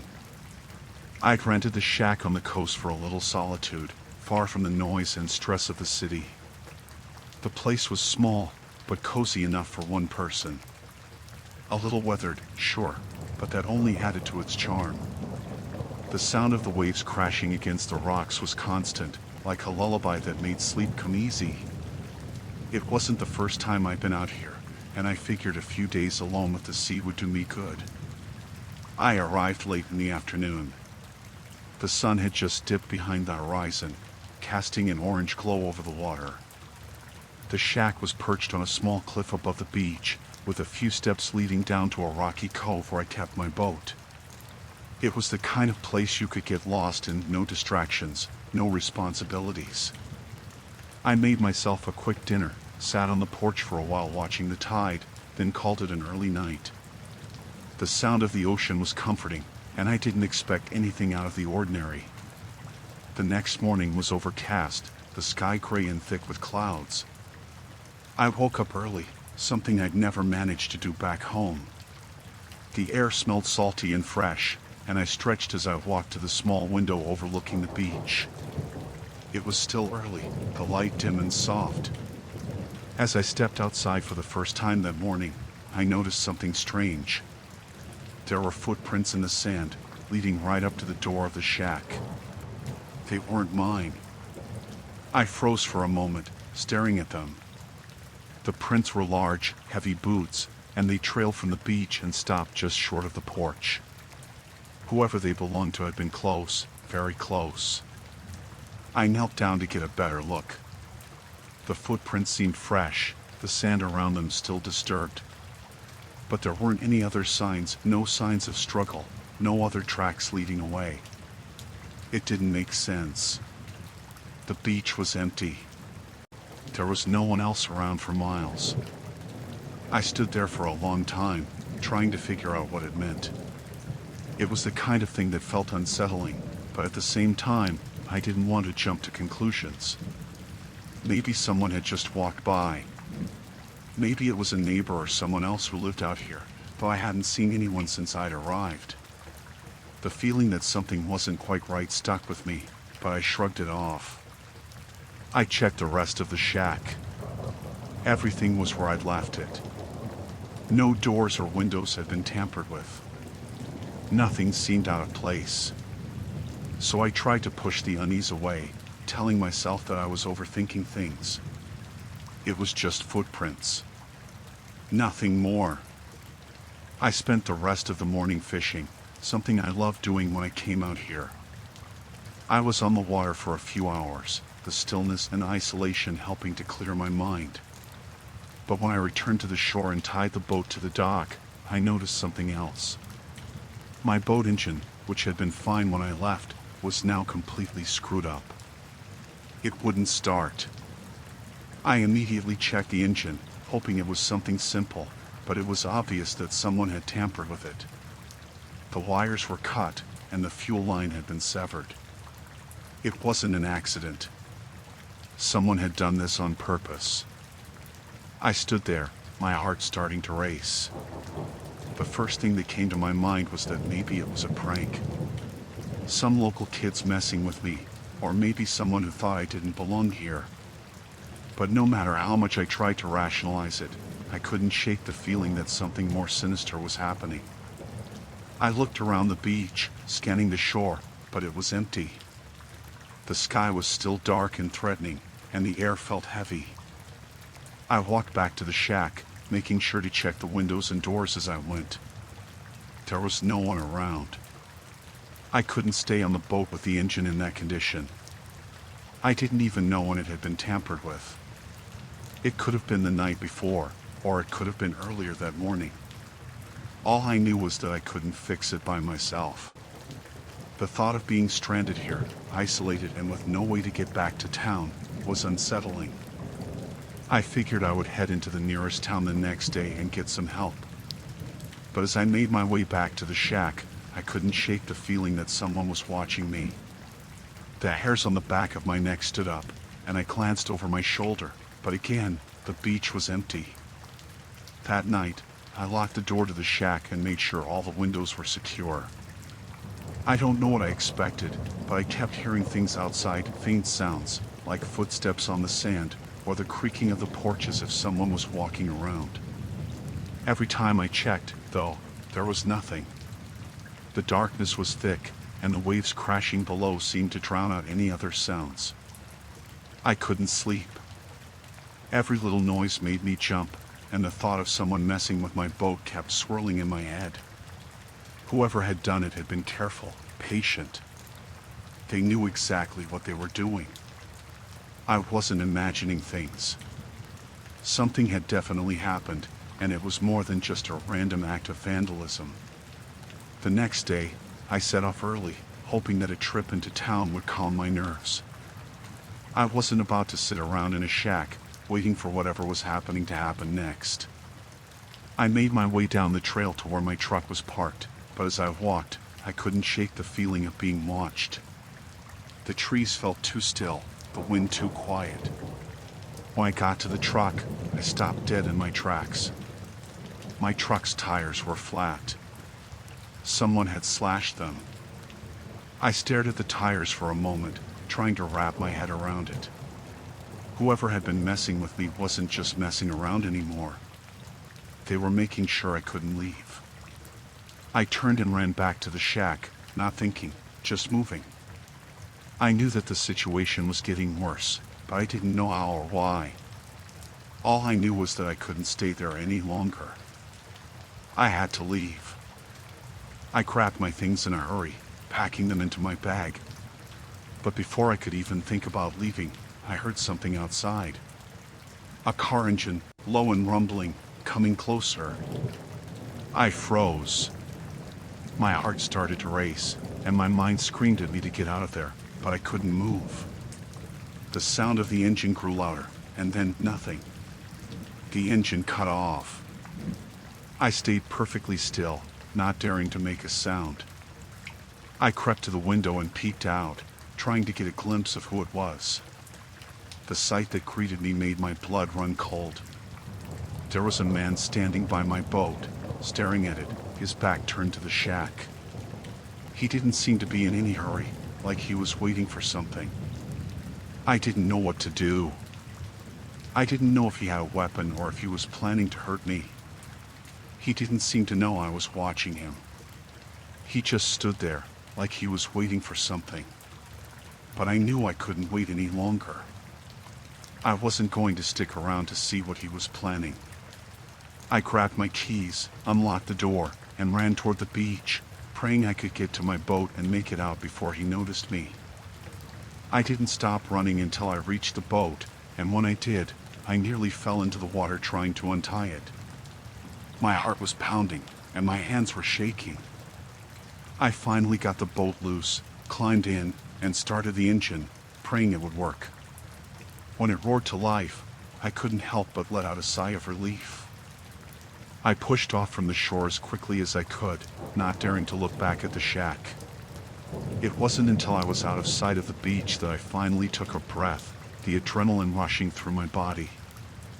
I didn't know who the man was or why he'd been out there, but I knew one thing: I wasn't going back to that place.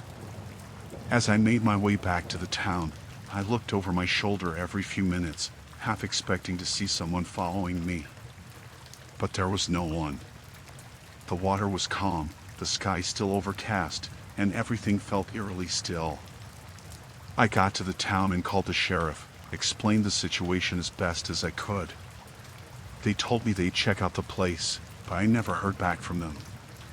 I don't know if they found anything or if they even went out there. What I do know is that I'll never go back to that shack, never set foot on that beach again. Someone was out there, someone who wanted me gone, and I can't shake the feeling that I was lucky to get away. Whoever it was, they were good at staying hidden.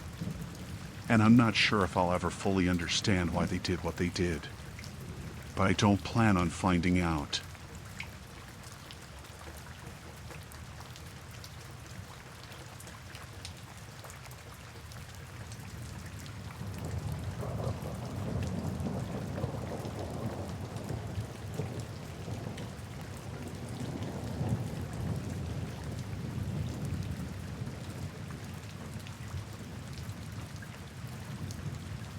I had always loved the quiet of the woods. It's something about being alone, surrounded by nature, that calms me. I had heard about an old, abandoned railway track not far from where I lived, a place where people said it was perfect for long walks or just clearing your mind. I'd been meaning to check it out for weeks, and one Saturday afternoon, I finally decided to go for it. It was a sunny day, but the woods were dense, and the air felt cool even for late summer. The track wasn't really abandoned in the sense that no one used it, but I knew that trains hadn't passed through in years. I wasn't expecting anyone to be around. I set out early, the trail overgrown and uneven, but nothing that worried me. The path led me through thick trees and long grasses, and the old railway ties peeked out through the earth like they had always been there.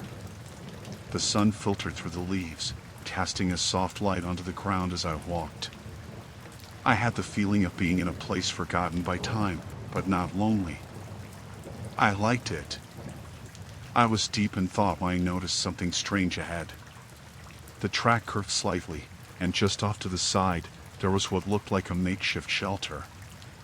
At first, I thought it might be a camping spot, but as I got closer, I realized it was something else entirely. The shelter was made of old tarps, sticks, and what looked like scavenged materials. There were piles of clothes and bags nearby, some of them half buried in the dirt. I stepped closer, curiosity getting the better of me, even though I wasn't sure what I was hoping to find. The closer I got, the more unsettling it became.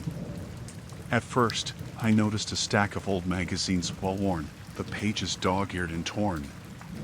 But as I looked closer, I saw something that made my skin crawl. Scrawled on the pages, in what looked like black marker, were phrases. Random words, none of them making much sense.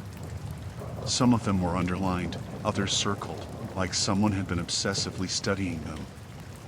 I didn't want to touch anything, but I couldn't pull myself away. I turned my attention to a large duffel bag resting against one of the trees. I couldn't tell if it was mine to look through, but the curiosity grew. I reached out slowly, unzipping the bag to find it stuffed with various objects, some old electronics, tools, even what looked like stolen kitchen items. Pots and pans, a toaster, a blender, none of it looked like it belonged in a camp, much less in the woods. I shut the bag quickly, my stomach turning. I was about to back away when I noticed a small notebook, wedged under a pile of rags near the tarp. I didn't know why I felt the need to open it, but I did. The pages were filled with more of those strange notes, some in a shaky handwriting, others more confident. But it was what was written on the last few pages that made my blood run cold. The last page was a list, and at the top, it read, "Must finish it." Below that, there were names. Names of places, with dates next to them, and more crossed out lines than I could count. The rest of the notes were incomprehensible, just disconnected thoughts, fragments of sentences, and things that didn't add up. I couldn't help but feel that I was trespassing, not just in a physical sense, but in something darker. This wasn't just some abandoned camp or a place to rest. I felt like I had stumbled upon something I shouldn't have. My heart started to race. I wasn't sure if I should leave, or if I should even call someone. It was one of those moments where everything in you screams to get out, but you can't quite figure out what's wrong. I decided to leave before I started to get even more anxious. I was already taking a step back when I heard a noise. At first, I thought it was the wind, but then it came again. A crunch of leaves, a snap of a twig, and then the unmistakable sound of someone running. My stomach dropped. I froze in place. The sounds were getting louder, closer. I glanced over my shoulder and saw nothing but trees and empty space, but the sound of footsteps was unmistakable. Someone was following me, and they were moving fast. The hair on my neck stood up, and panic started to rise in my chest. I had to get out of there. I took a deep breath, turned, and started walking quickly, trying to keep my steps calm, but my legs were shaking. The crunching behind me was louder now, closer, and I was sure it wasn't just the wind. Whoever was back there had been moving towards me, and now they were right behind me.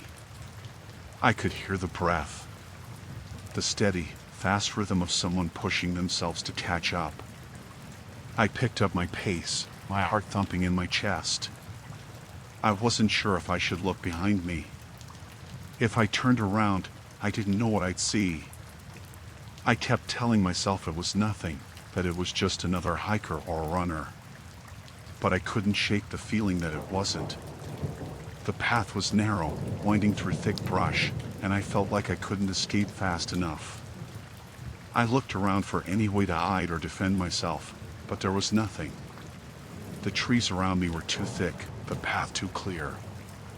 I was exposed, and whoever was chasing me was fast. The sound of their footsteps was louder now, closer than ever, and I could feel their presence. Every time I looked behind me, I saw only shadows, but they were there, I was sure of it. Suddenly, the footsteps stopped. Dead. As though they had been cut off, like the person had vanished. My legs were still shaking, but I dared not stop. I kept walking, starting around. The silence was overwhelming now, deafening, and it was worse than the chase. I didn't know where they were, or what they were doing, but I didn't dare stop to find out. The next few minutes felt like hours. My mind raced with thoughts of escape, of getting to the end of the trail, to civilization. I couldn't stop thinking about the notes I had found, those names, those places, and the nagging feeling that I had just become a part of something bigger, something I didn't understand. Eventually, I made it back to where the path widened, where the trees broke and the open air felt less suffocating. I didn't stop to look behind me. I didn't stop until I could see the old street ahead, the buildings in the distance. When I did look over my shoulder, there was nothing but the empty woods. I didn't go back to the railway track after that. I couldn't shake the feeling of someone being there, watching me. I never found out who was running behind me that day, and I didn't want to. The whole situation, it felt wrong, like I had walked into a place where I wasn't supposed to be. Maybe it was just some crazy person living out there, but I don't know. The notes, the stolen stuff, the feeling of being hunted, it was enough to keep me away for good. There are parts of the world where you just don't belong, places where it's better not to ask too many questions. And as for the camp, I never told anyone about it. I figured it was best to leave it where it was forgotten, abandoned, and untouched by anyone who might stumble across it again.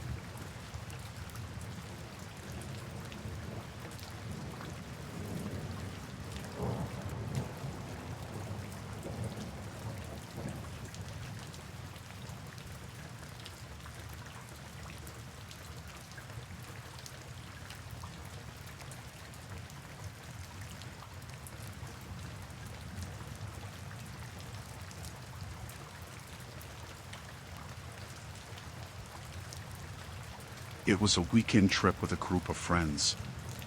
We went up to a smaller resort that we heard about from some locals, a place that wasn't too crowded but had enough terrain to keep us entertained for a couple of days. The snow was perfect, fresh powder from a storm the night before, and the weather was clear, ideal for hitting the slopes. I'd been snowboarding for years, so I wasn't worried about getting hurt or anything, and I loved exploring parts of the mountain that weren't as populated. We stuck to the main trails for the first few hours, but after a while, I wanted to go off-piste. I had this itch to try something new, away from the crowd. I told the group I'd meet them back at the lodge later. They were cool with it, some of them more into skiing, and they didn't mind sticking to the groomed runs. I grabbed my gear, made sure I had my phone, and set off toward a trail that didn't look too far from the main path but was a little more isolated. The snow was deep, untouched in places, and I felt a rush of excitement as I made my way further away from the main resort. It was peaceful out there, just the sound of the snow beneath my board and the occasional gust of wind. I wasn't really paying attention to how much time had passed, and before I knew it, I had strayed further off the trail than I meant to. I checked my phone for a map, but there was no service, no way to get a signal. It didn't faze me at first. I'd been in the mountains before and had gotten lost once or twice, but I knew how to find my way back. I turned around and started retracing my steps, but the snow had started to fall again, light but steady, and the tracks I'd made were already getting covered up. I kept moving, trying to remember the landmarks I had passed. After a while, I realized that the mountain looked different than I remembered. I couldn't see the resort, no familiar trails or signs that pointed me back. The trees were thick here, and I was beginning to feel a bit of panic creeping in. That's when I saw the cabin. It wasn't huge, but it was there, a little wood cabin tucked in between a cluster of tall pines. I could make out smoke coming from a chimney, so I thought maybe it was a ranger cabin or something like that. Maybe someone could help me get back to the resort. I'd never been off trail this far before, but I figured it couldn't hurt to ask. I snowboarded closer, calling out a few times to see if anyone was home. No response. The door was closed, but there was a light on in one of the windows, and that made me feel a little more hopeful. I knocked on the door, waiting for a few moments, then knocked again. Still no answer. I was about to leave when I heard a door creak open from inside. A man stepped out, tall and wearing a thick jacket, gloves, and a beanie. He had a serious look on his face, not exactly unfriendly, but not warm either. I asked him if he knew the way back to the resort, mentioned that I had gotten lost while exploring, and just needed a little direction. He didn't respond right away. Instead, he just stared at me for a moment, then glanced over his shoulder as if checking something behind him. He said something about how this area wasn't part of the resort, that I shouldn't be this far out. I thought he was just a local or maybe someone who worked at the resort, so I explained that I didn't mean to wander this far off. I just needed a way back. That's when things started to get weird. He didn't move toward the cabin or offer to help. Instead, he stepped forward a little, closing the space between us. He asked if I was alone. I said yes, that I'd been out by myself. Then he looked me in the eyes for a second, and I don't know what it was, but something in the way he looked at me made me feel uncomfortable. Like I had done something wrong by being there. He told me I wasn't allowed to leave. I didn't really understand at first. I thought maybe he was joking, but he didn't laugh. There was no smile, just this cold expression. He told me again, in a firm voice, that I wasn't leaving, and then he stepped aside, revealing that he had something in his hand. A rifle. Not a small one, either. It was big, and it was pointed down, but he was holding it like he was ready to use it if he had to. I froze. I tried to think. I tried to tell myself that maybe I was misunderstanding the situation, that there was a logical explanation for this. But I couldn't make sense of it.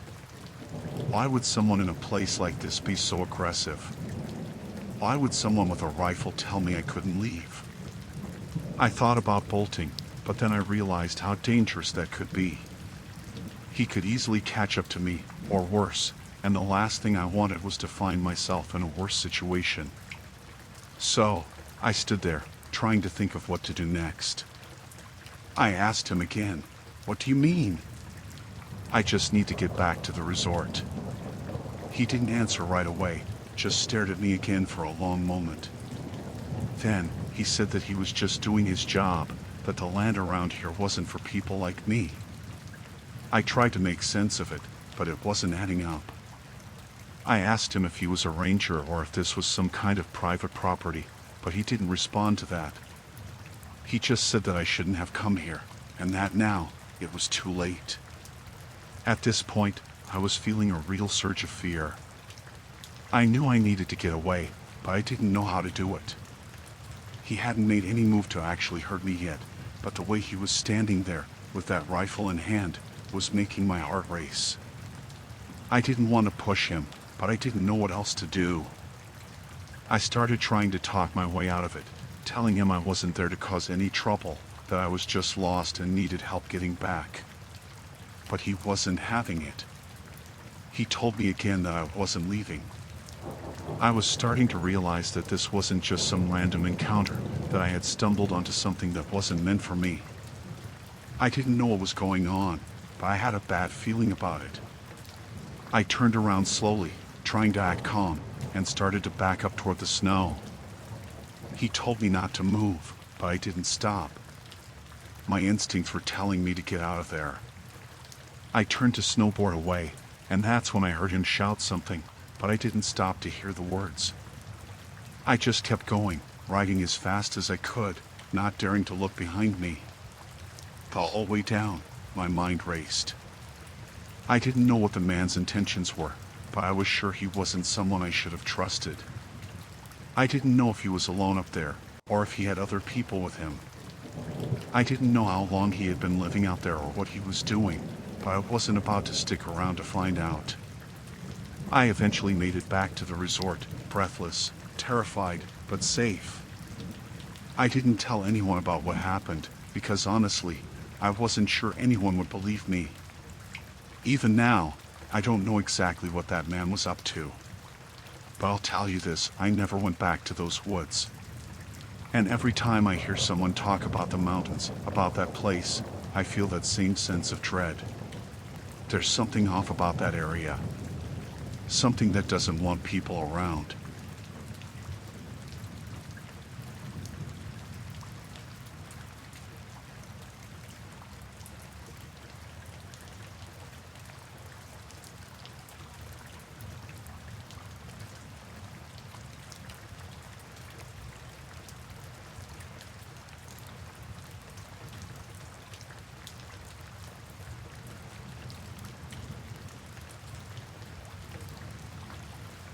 I've been working as a geologist for a few years now, and when I first started this project, I didn't think it would lead to anything unusual. I was tasked with mapping out some rock formations in a remote part of the desert, an area where few people ventured. The heat was intense during the day, but the work itself was easy enough. A lot of long hours in the sun, measuring rock samples, and taking photos. It was quiet out there, just the occasional rattlesnake or lizard, and I didn't mind it at all. The spot where I was working was hours away from the nearest town, so I would camp out in my truck, usually setting up for a couple of days at a time. I had some equipment set up near a small wash where I'd been taking samples, and I'd usually just drive to and from the site when I needed to get supplies. The isolation was both peaceful and unsettling, but I had no reason to be afraid. That is, until the night it happened. It was late, maybe around 11 p.m. I had finished my day of work and was heading back to camp when I noticed something odd. Off in the distance, far past the area where I'd been collecting samples, I saw a faint light. At first, I thought it was just a car or maybe someone else working in the area, but it was too still. I'd seen cars pass by this stretch of desert before, but they were few and far between, and this was different.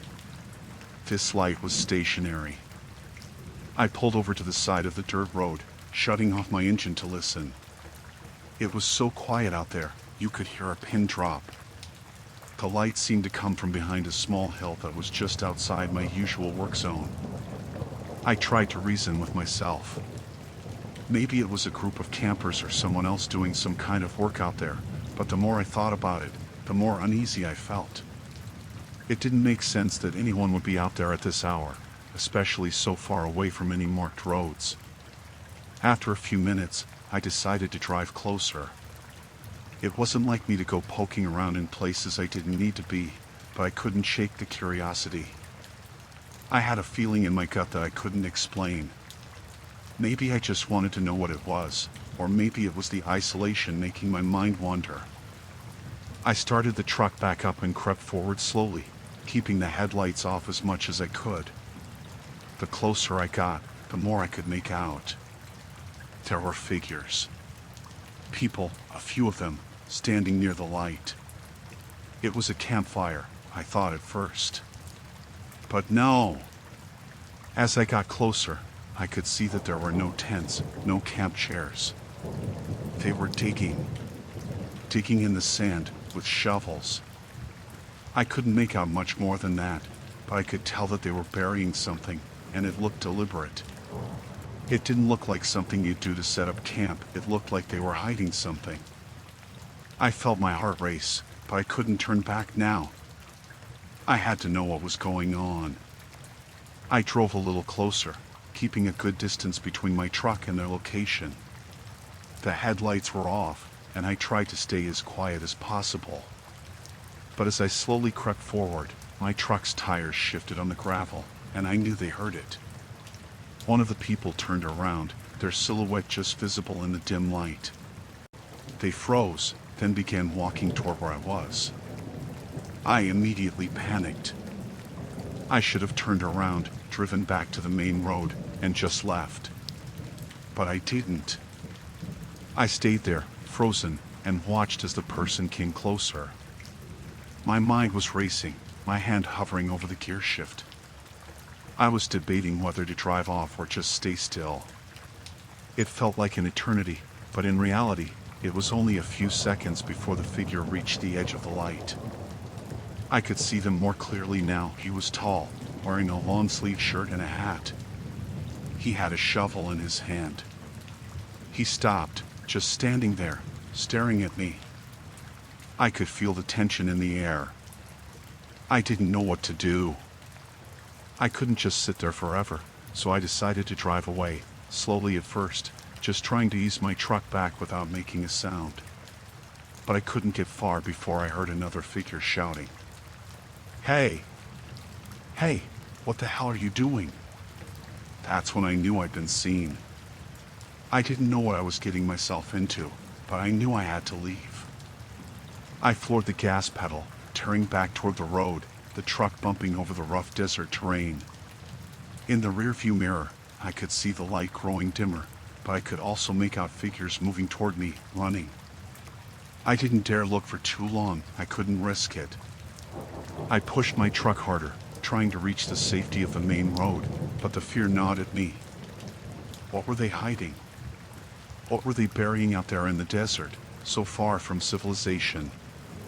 I didn't have answers, and I didn't care to find out. All I wanted was to get back to the main road and get to a place where I wasn't alone, where I could feel safe. As I finally reached the main road, I felt a little better, but I didn't stop. I didn't slow down. I drove straight through the night, not once looking back. The whole time, my heart was pounding in my chest.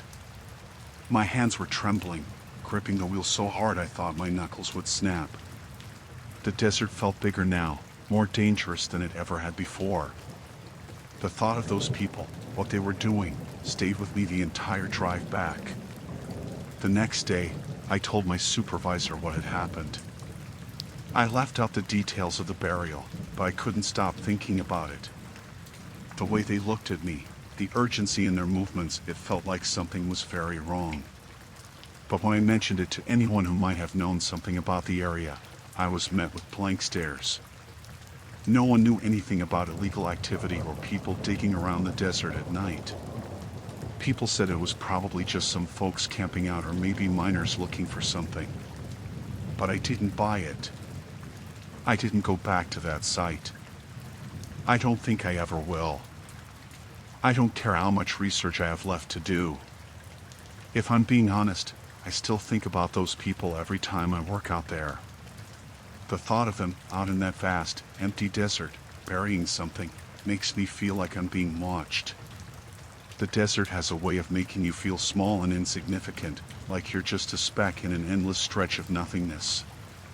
But this time, I felt like I wasn't alone.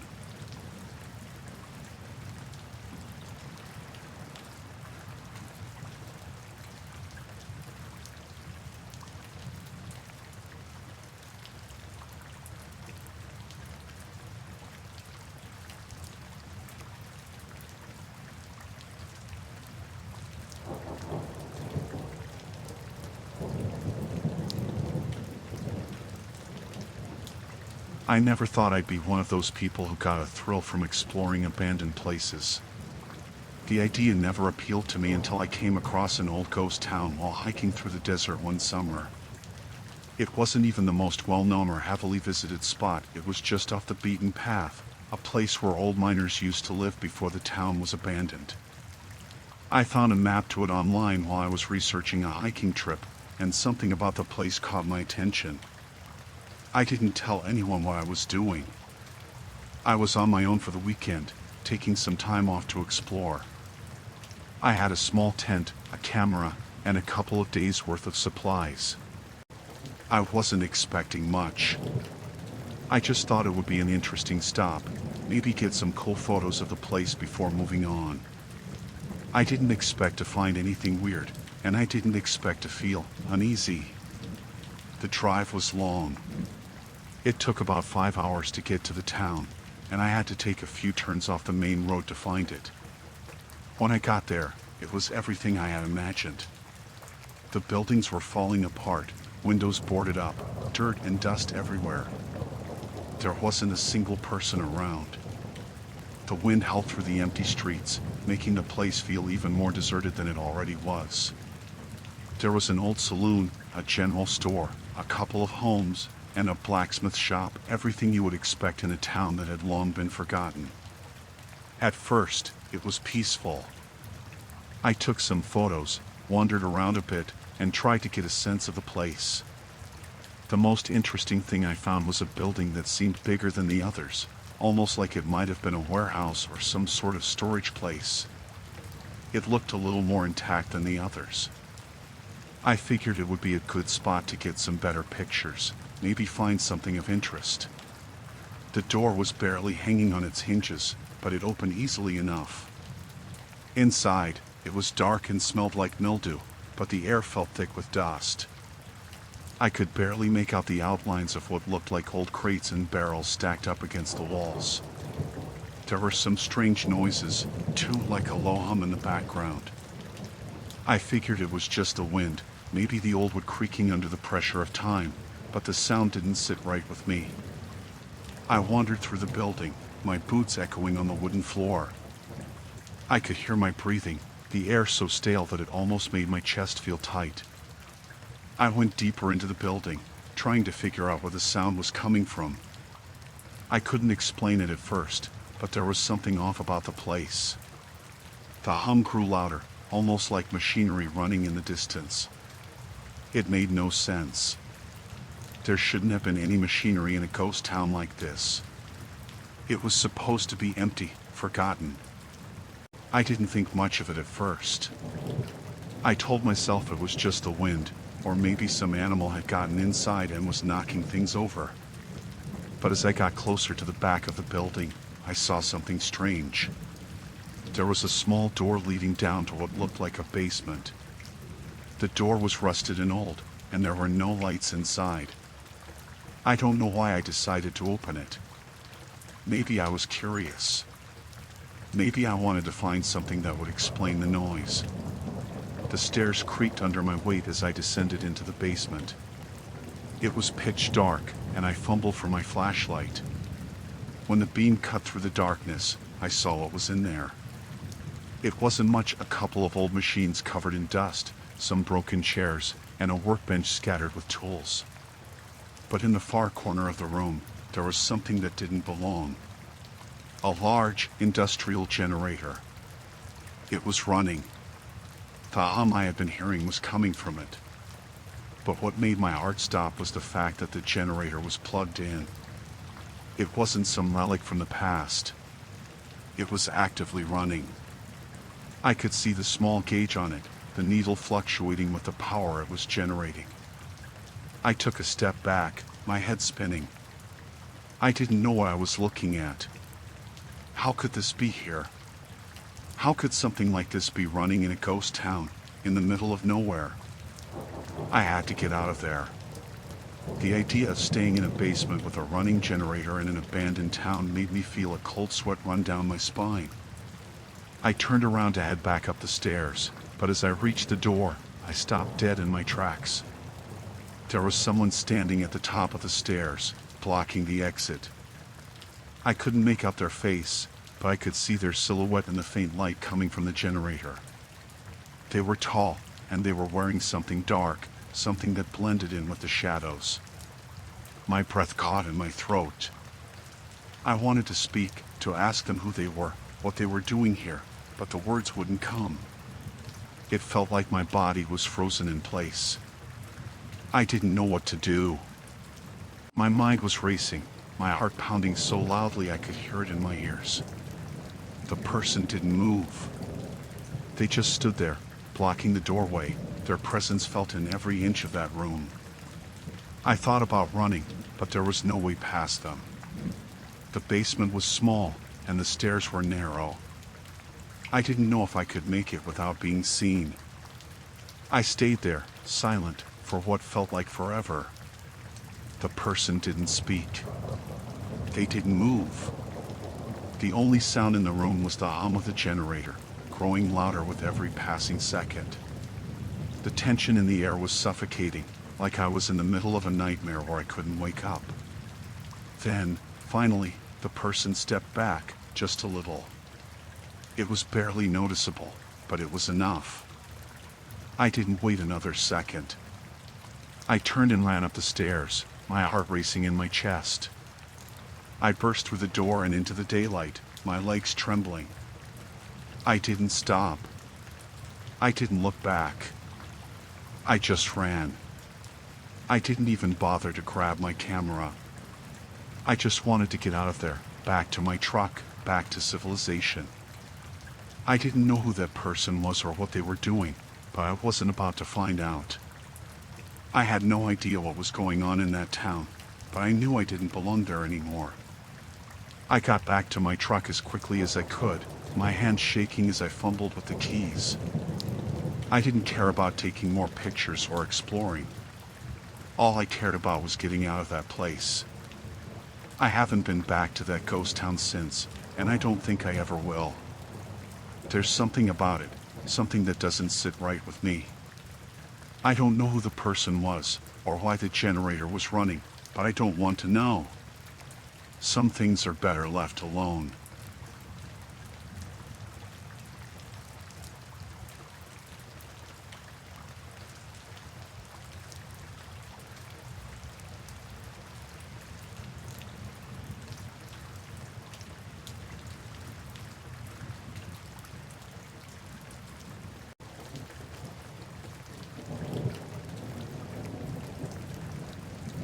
I've always loved backpacking. There's something about being in the woods by yourself, just you and nature, that makes you feel alive. I've done solo trips before, but this one was different. I decided to go deep into the mountains, away from the usual trails. It was a place I'd never been before, and I was looking forward to the solitude. It was late spring, and the weather was still cool, perfect for hiking. I set out from the nearest town and hiked for miles, deeper into the woods. The trail was rougher than I had expected, but I was used to it. I had my gear, my map, and enough food for a few days. The plan was simple: find a quiet spot, set up camp, and enjoy the peace and quiet. The first night was perfect. I found a clearing by a small stream, set up my tent, and cooked some simple food. Everything was calm.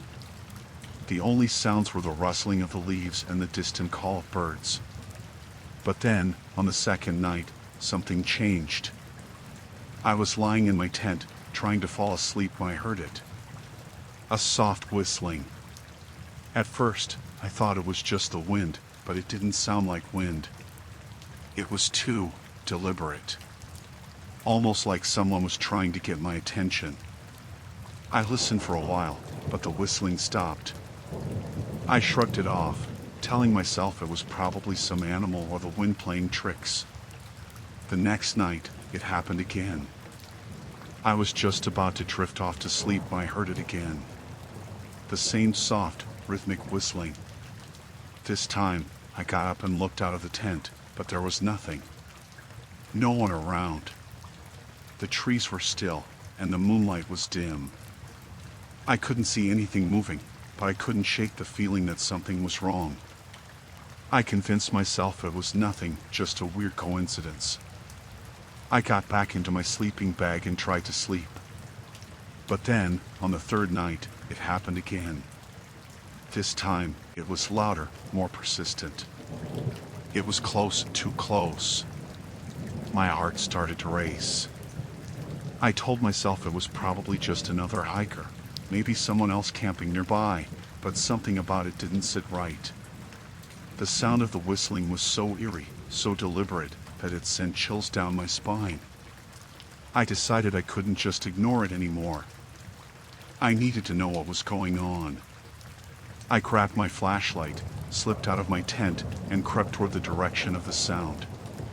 The night was still, the only noise being the soft crunch of my boots on the forest floor. The whistling seemed to be coming from deeper in the woods, but it wasn't very far. I walked for what felt like hours, following the sound through the trees. The more I walked, the closer it seemed to get. I was getting more and more anxious, my pulse quickening with every step. I kept telling myself I was just being paranoid, that it was nothing. But the closer I got, the more my gut told me something was wrong. Eventually, I reached the edge of a small clearing. I stayed hidden in the trees and watched. There, across the clearing, I saw something moving. A figure, just standing there. I couldn't make out any details, just a shadowy shape in the darkness. The whistling had stopped, but my heart was still pounding.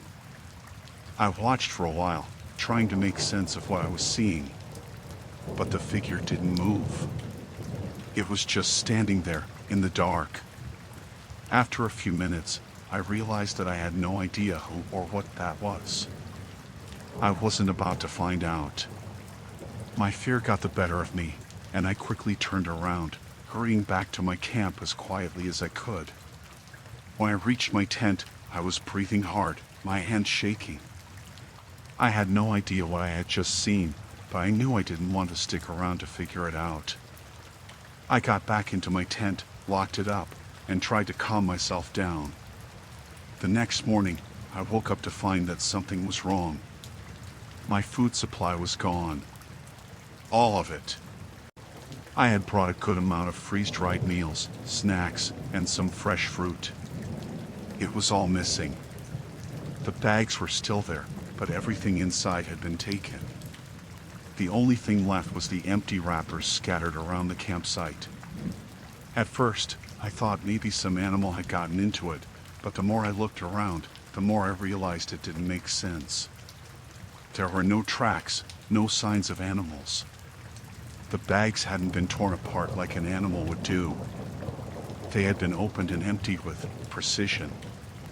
I checked the rest of my camp, and that's when I noticed something even stranger. My tent had been moved. Not much, but enough for me to notice. The stakes were still in the ground, but the fabric was pulled tighter, as if someone had come in during the night and adjusted it. I had set it up carefully the night before, and there was no way it could have moved by itself. I stood there, frozen for a few moments, trying to make sense of what had happened. My mind was racing. Someone had been here. Someone had taken my food and moved my tent. The whistling. The figure in the woods. It all made sense now. Someone was watching me. Someone knew I was here. I had no idea what to do. I didn't want to stay, but I didn't want to leave yet either. I still had my gear, my tent, and most of my supplies, but it wasn't safe. I had to get out of there. I packed up my things quickly, throwing everything into my backpack as fast as I could. My hands were shaking so badly I could barely tie my boots. I kept looking over my shoulder, feeling like someone was watching me, but I couldn't see anyone. I didn't waste any time. I didn't even stop to eat or rest. I just started walking, keeping my head down and my eyes on the trail. I didn't stop for hours, not until I was far enough away from that place. I didn't even look back. It was the longest, most exhausting hike of my life. The whole time, I couldn't shake the feeling that I wasn't alone. Every sound, every movement made me jump. But when I finally reached the main trail and got back to civilization, I knew I was safe. I checked my map, but I couldn't find anything that explained what had happened. No campsites nearby, no hikers in the area. It didn't make sense. I haven't been back to that part of the woods since. I don't know who was watching me, or why they did it. But I can't shake the feeling that someone's still out there, waiting.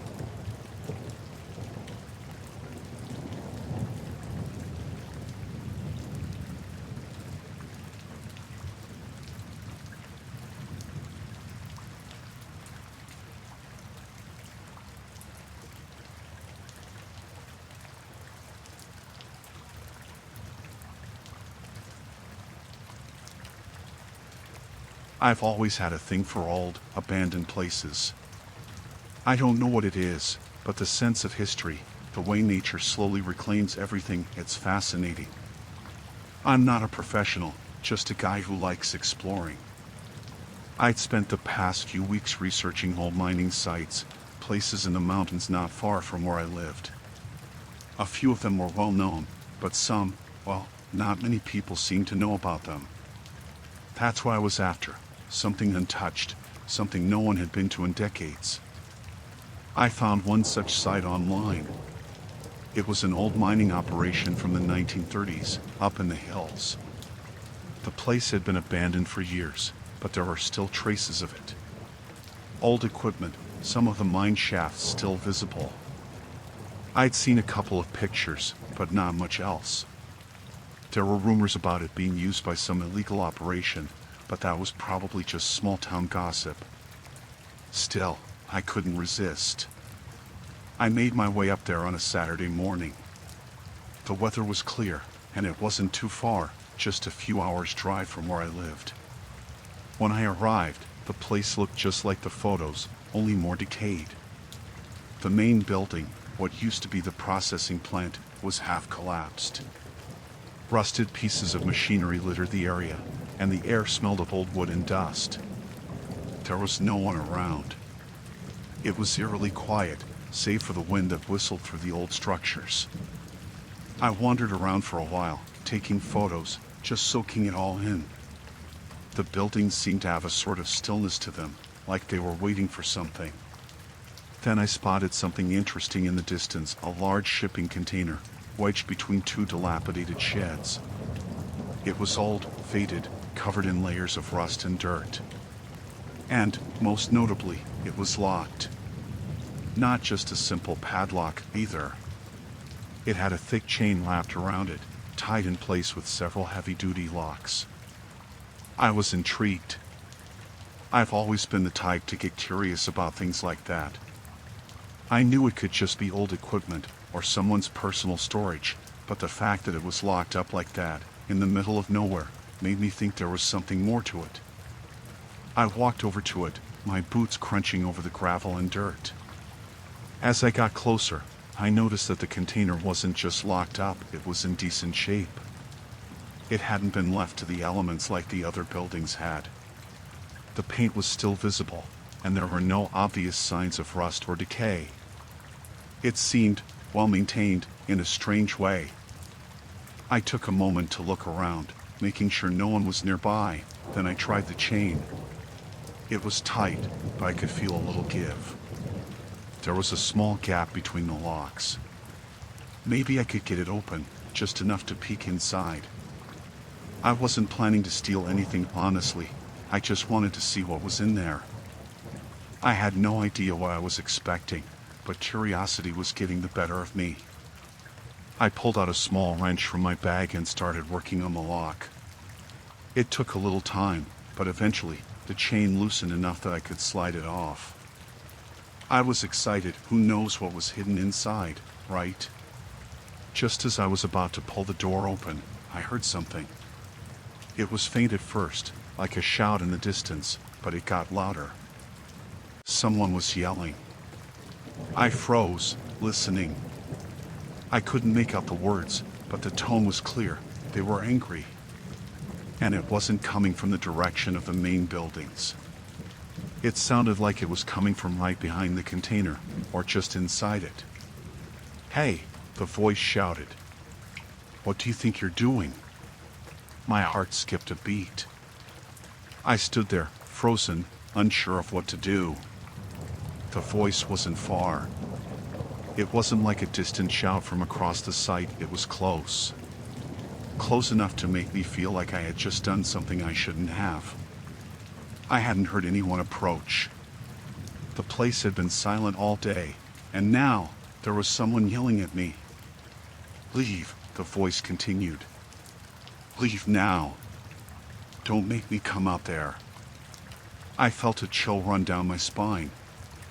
I'd gotten myself into something I shouldn't have. My first instinct was to leave, to just turn and walk away, but there was this feeling I couldn't shake. The fear in that voice was something I couldn't ignore. Someone was on the other side of that container, watching me, waiting for me to leave.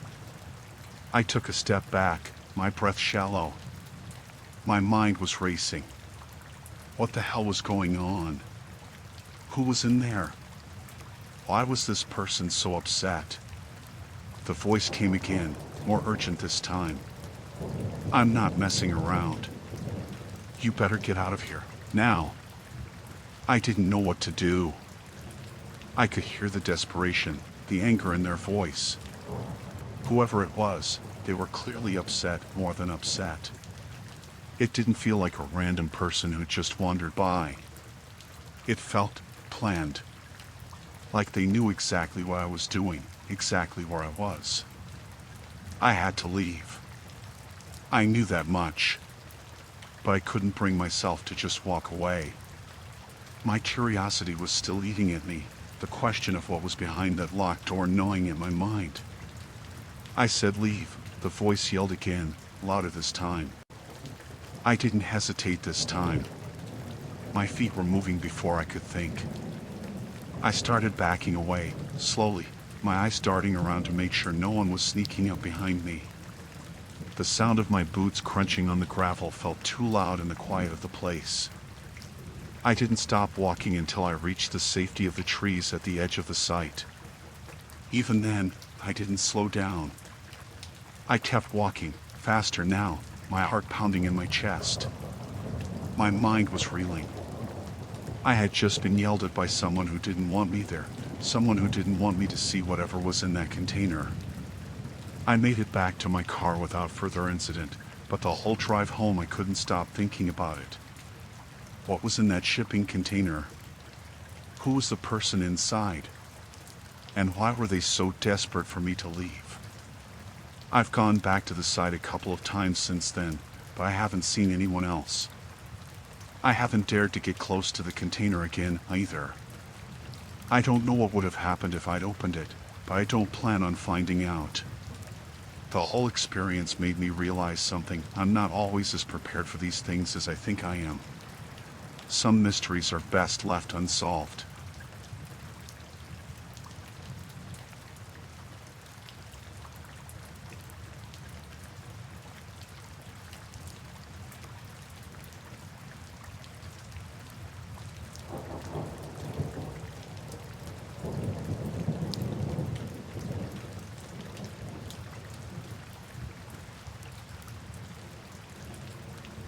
I never thought I'd be the kind of person who would have to share a story like this. I grew up around cabins and remote spots, always feeling safe and at home in nature. My family has a cabin out in the woods, about 2 hours away from any town. It's a peaceful place, perfect for weekends or long stays when you need to get away from the hustle and bustle. I've spent more nights there than I can count, and nothing bad has ever happened until this time. It was the end of October when I decided to head out there by myself. I needed a break. Work had been stressful, and I was getting overwhelmed.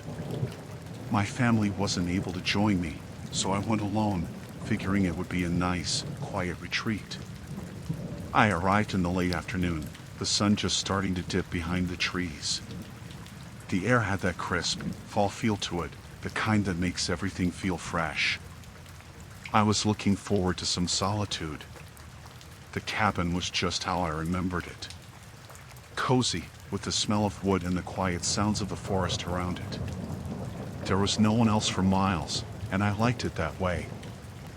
I unpacked my things, made myself a cup of tea, and spent the first evening reading and listening to the wind rustling through the trees outside. The first 2 days went by without incident. I spent my time hiking, reading, and just enjoying being away from everything. But on the third day, something happened. I woke up early to the sound of something tapping at the door. At first, I thought it was just the wind, but then I heard it again. Light taps, like fingers drumming. I hesitated for a moment, then pulled myself out of bed and went to the door. When I opened it, there was nothing. No person, no sign of anything unusual. Just the empty porch, covered in fallen leaves. I was confused, but figured maybe it was just a branch moving in the wind, or an animal. I didn't give it much more thought and went about my day. The first note came that evening. It was slipped under the door. I didn't hear anyone approach, and when I opened the door to check, again, there was nothing. Just a folded piece of paper sitting on the ground. I picked it up and unfolded it. It was simple, almost crude. The words were written in black marker, jagged and uneven, like someone was in a hurry. Leave now, or you will regret it. That's it. No name, no explanation, just that. I remember feeling a chill run through me when I read it. I stood there for a few moments, staring at the note, not sure what to think. I convinced myself it was just a prank, or maybe some kids messing around. The cabin was near a few other properties, but they were all empty this time of year, so I didn't think it was likely someone nearby. Still, I locked the door and put the note in my bag, trying to push it out of my mind. The next day, I decided to leave for a bit. I wasn't going to let one note ruin my trip, but I wanted to get out of the cabin for a while. I spent the day hiking on a trail I hadn't explored before. The weather was still nice, and the landscape was stunning, golden leaves scattered across the ground and the trees standing tall like they were watching over everything. The whole time, though, I couldn't shake the feeling that I was being watched. Every time I stopped, I had this prickling sensation on the back of my neck, like someone was behind me. I convinced myself it was just nerves, but it didn't make me feel any better. That evening, when I got back to the cabin, there was another note. Same handwriting. Same black marker. I told you to leave. I stood frozen in the doorway, staring at the note. The air seemed colder somehow. The silence outside felt wrong, like something was out of place. The wind had stopped, and the normal sounds of the forest had faded away. I didn't know what to do. I didn't want to be paranoid, but something was off. I locked all the windows and doors, then called my parents. I told them about the notes, and while they were concerned, they also told me it was probably nothing to worry about. They told me to be careful, but to stay calm. I didn't mention the feeling I had, the sense that someone was watching me. It seemed ridiculous, but I knew something wasn't right. The next morning, I decided to leave. I wasn't going to sit around waiting for whatever this was to escalate. I packed my things quickly, trying to shake the fear that was building up in me. I just wanted to get out of there, back to civilization. I stepped out onto the porch, looking around, still seeing nothing out of the ordinary. But as I reached my car, I saw it. The tires. Every single tire was flat. I stood there, frozen for a moment. I don't know why it didn't register right away, but I looked at the tires again, just to make sure I wasn't seeing things. All 4 of them were completely flat, the rims resting on the dirt. My stomach dropped. Someone had done this. I didn't want to panic, but I could feel the panic creeping in. I looked around, hoping to see someone, anyone, but there was nothing. The forest was silent. The world felt empty. I thought about calling for help, but I realized I had no service. No one would be able to reach me for hours. I didn't have enough signal for even a text. I rushed back to the cabin, locked the door behind me, and grabbed my phone. I tried calling again, but it was no use. It felt like the walls were closing in. The notes, the flat tires, it was too much for me to ignore. Whoever was doing this was close, and I had no way to protect myself. I thought about waiting it out, hoping whoever was behind it would leave, but I knew that wasn't a good idea. I had no way of knowing if someone was nearby or watching. I couldn't stay in that cabin anymore. It wasn't safe. I decided I had to try to fix the tires. There was a small gas station a few miles away, and I figured I could make it there on foot. My heart was racing as I grabbed a few things, made sure everything was locked tight, and left the cabin. I walked as fast as I could, my feet crunching on the dry leaves as I made my way down the road. I didn't stop until I reached the gas station. The attendant looked at me like I was crazy, but he helped me get the spare tires on the car. I paid him and got back in the car as fast as I could, praying that whoever had done this wouldn't find me. I didn't look back. I just drove. The whole time, I kept checking the rearview mirror, half expecting to see someone following me, but no one ever did. I haven't gone back to that cabin since then. I don't know who left those notes or who slashed my tires, but I'm never going to feel safe there again. There are moments when I still wonder what would have happened if I hadn't decided to leave. Would I have been locked in that cabin with no way to escape? Would I have been hurt? I don't want to know. All I know is that I'm never going back to that place again.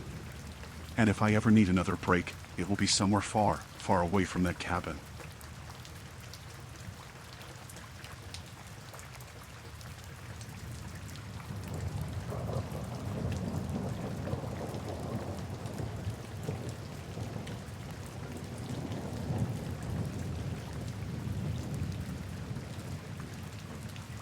I've been driving trucks for nearly 10 years. You see a lot out there on the road, strange stuff you can't always explain. But nothing I've ever seen compares to what happened that night. I was hauling a load from Omaha to Denver. It was late, later than I normally like to drive, but I wanted to make good time and figured I'd stop at the next rest area to grab a coffee and stretch my legs. The snow had started coming down heavy about an hour before, and the roads were getting slick. My wipers were working overtime, and the beam from my headlights felt like it barely cut through the white haze ahead. When I finally saw the sign for the rest stop, I almost missed it. The letters were half covered with snow, and the turnoff snuck up fast. I pulled in slow, careful not to jackknife the rig. The place was nearly empty, just a couple of cars parked near the entrance and one old sedan idling in the corner, its exhaust puffing out in thick clouds against the cold air. I parked a little ways off from the sedan. It was habit, giving other vehicles their space. As I stepped out of the cab, the cold hit me hard, sharp and biting, even through my jacket. I glanced at the sedan as I zipped up. It was an old model, maybe a late 90s Honda, the kind you see everywhere. The engine was running, but the windows were completely fogged up. No sign of anyone inside. I figured whoever owned it had run inside to use the restroom or grab something from the vending machines. But when I turned toward the building, I realized the lights inside were off. The whole place was dark, except for the weak glow of the overhead lamps in the parking lot. That's when I noticed the snow. There were no footprints leading to the building. None anywhere near the sedan either. Just smooth, undisturbed snow stretching out around it. That struck me as odd, but I tried not to think too much about it. People do strange things, and maybe someone had parked it and walked off before the snow started coming down. I headed toward the building anyway, mostly out of habit, even though I knew I wasn't going to find coffee or much of anything else inside. About halfway to the door, I heard a noise. At first, I thought it was just the wind, but it didn't take long to realize it was something else. A soft crunching sound, faint but steady, coming from somewhere to my left. I stopped and listened, turning my head toward the sound. That's when I saw him. At first, it was just movement in the corner of my eye. A shape, darker than the bushes, stepping out from behind them. He moved slow, deliberate, like he didn't care that I could see him. He was wearing a coat dark, maybe black, and a hat pulled low over his face. He wasn't very tall, but the way he walked made him seem bigger, like he wasn't afraid of much. He didn't say anything. He just started walking toward me. I'm not the kind of person who scares easy, but there was something about the way he moved that set every nerve in my body on edge. My first instinct was to call out, ask if he needed help or a ride, but something in me told me to stay quiet. Instead, I took a step back, then another, keeping my eyes on him the whole time. He kept coming. I glanced back toward my truck. It wasn't far, maybe 30 yards, but it felt like miles. My boots slipped a little on the ice as I turned and started walking back toward it, quick but not too quick. I didn't want to run, didn't want to make it seem like I was scared, even though I was. My breath was coming fast, clouding up the air in front of me, and I could feel my pulse pounding in my neck. The sound of his footsteps sped up behind me. I didn't look back. I couldn't. I just kept moving, faster now, my boots crunching loud in the snow. The truck was close, the cab door just a few steps away. I reached out for the handle, grabbed it, and yanked it open, throwing myself inside and slamming the door shut behind me. I locked the door out of instinct and fumbled for the keys, my hands shaking so bad I could barely hold them. The engine roared to life, and I hit the headlights. The beams cut through the darkness, lighting up the space in front of the truck and the sedan parked a little ways off. He was standing there, right in the middle of the light. His face was turned up toward me now, and I could see his eyes. They were dark, sharp, and fixed on me in a way that made my skin crawl. He didn't look angry, or scared, or anything else I could put a name to. He just looked wrong. Like he didn't belong there, or anywhere. He didn't move. For a second, neither did I. I just sat there, my hands gripping the wheel so tight my knuckles went white, staring down at him through the windshield. Then, slowly, he started walking again. Not toward the truck this time, but toward the sedan. He reached it in just a few steps, opened the driver's side door, and climbed in. The headlights lit up the fogged-up windows as the sedan started to roll forward, slow at first, then faster, heading for the exit. I watched as it disappeared into the snowy night, its taillights fading into the darkness. I didn't move for a long time after that. My heart was still racing, and my hands felt frozen to the wheel. When I finally managed to pull myself together, I checked the mirrors, backed out of the spot, and got back on the road. I don't know who he was or what he wanted, and I don't think I ever will. All I know is, if I'd waited even a second longer to get back in the truck, things might have gone very differently. I haven't stopped at a rest area since. Not at night, not ever.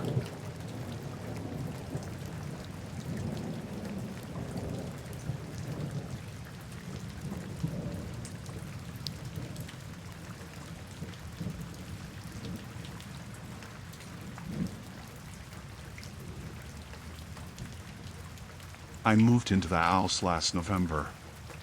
It wasn't anything fancy, just a small 2-bedroom on a quiet street.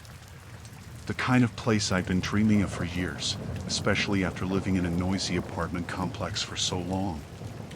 It was peaceful, and for the first couple of weeks, I felt like I'd finally caught a break. At first, it was small things that I noticed. A letter here, a package there. I'd come home from work, check the mailbox, and find it empty. I thought maybe it was the post office messing up, so I didn't think much of it. Then my sister called to ask if I'd gotten the sweater she sent me for my birthday. I hadn't. That's when I started to feel like something wasn't right. I filed a complaint with the post office, but they said there wasn't much they could do. They recommended I get a locking mailbox, so I ordered one online. But while I was waiting for it to arrive, more things started to go missing. Not just mail, little things inside the house. A scarf I'd left on the coat rack, a coffee mug from the sink, a photo frame from the living room. It was weird, but I thought maybe I'd misplaced them. Moving into a new place can throw you off, right? Then one night, I came home late from work and found the back door unlocked. I was sure I'd locked it that morning, but I started second-guessing myself. I checked every room, every closet, but nothing seemed out of place. Still, I couldn't shake the feeling that someone had been there. I bought a small camera the next day, one of those cheap ones you can stick to the wall and check from your phone. I set it up in the hallway facing the front door and went to bed that night feeling a little more at ease. If someone was messing with me, I'd catch them. The first few nights, nothing happened. I'd check the footage every morning, and all I'd see was the empty hallway. It started to feel like maybe I was being paranoid. But then, on the 5th night, I saw him. It was about 3 a.m. The camera caught a man stepping into the hallway from the direction of my bedroom. He was tall, wearing a dark hoodie with the hood pulled up. His face wasn't visible, but he moved slowly, like he was taking his time. He walked straight to the kitchen, opened a couple of drawers, and took something I couldn't tell what. Then he turned and walked back toward the bedroom. Toward me. I stared at the footage for what felt like hours, trying to process what I was seeing. I didn't remember hearing anything that night. I didn't wake up. How long had he been doing this? How many times had he been inside my house while I was asleep? I called the police right away. They came out and checked the house, but by the time they got there, he was long gone. They looked at the camera footage and said they'd send someone to patrol the area, but there wasn't much else they could do unless he came back. I couldn't sleep that night. I kept every light in the house on and sat in the living room with a kitchen knife in my hand.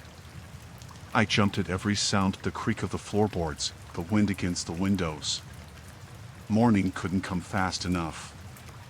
The next day, I called out of work and bought new locks for all the doors. I also picked up a second camera and set it up in the kitchen. I thought if I could at least make it harder for him to get in, he might give up. But he didn't. The next time was 2 nights later. I woke up around 2 a.m. to the sound of footsteps. They weren't loud, just soft, measured steps, like someone trying not to be heard. My heart was pounding as I reached for my phone and pulled up the camera feed. He was in the kitchen. I could see him on the screen, standing at the counter with his back to the camera. He was holding something in his hands, studying it like he was trying to decide whether to take it. Then he turned, and for the first time, I got a glimpse of his face. He was wearing a ski mask, but his eyes were visible, cold and empty, like he wasn't afraid of anything.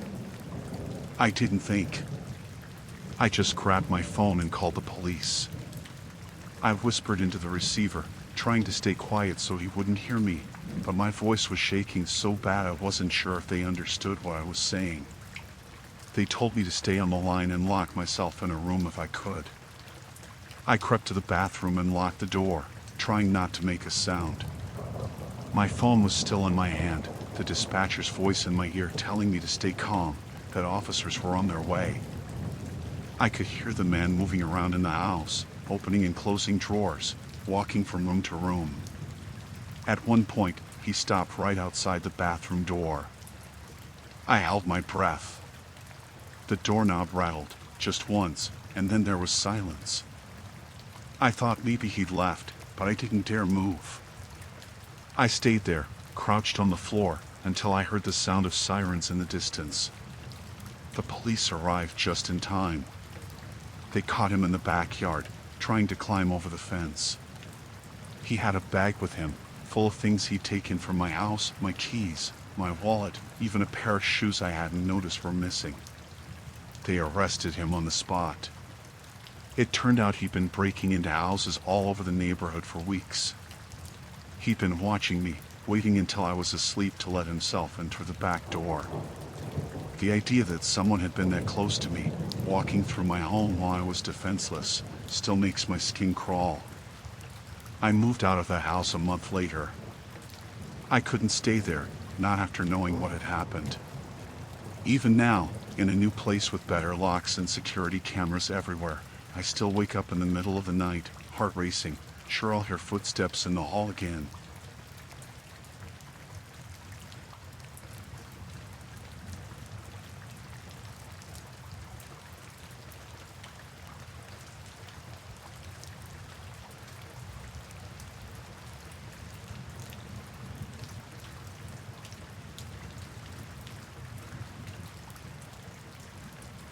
It happened during my first semester at university. I was still trying to get used to living in a city, especially at night. Where I grew up, the streets were quiet, and everyone knew everyone.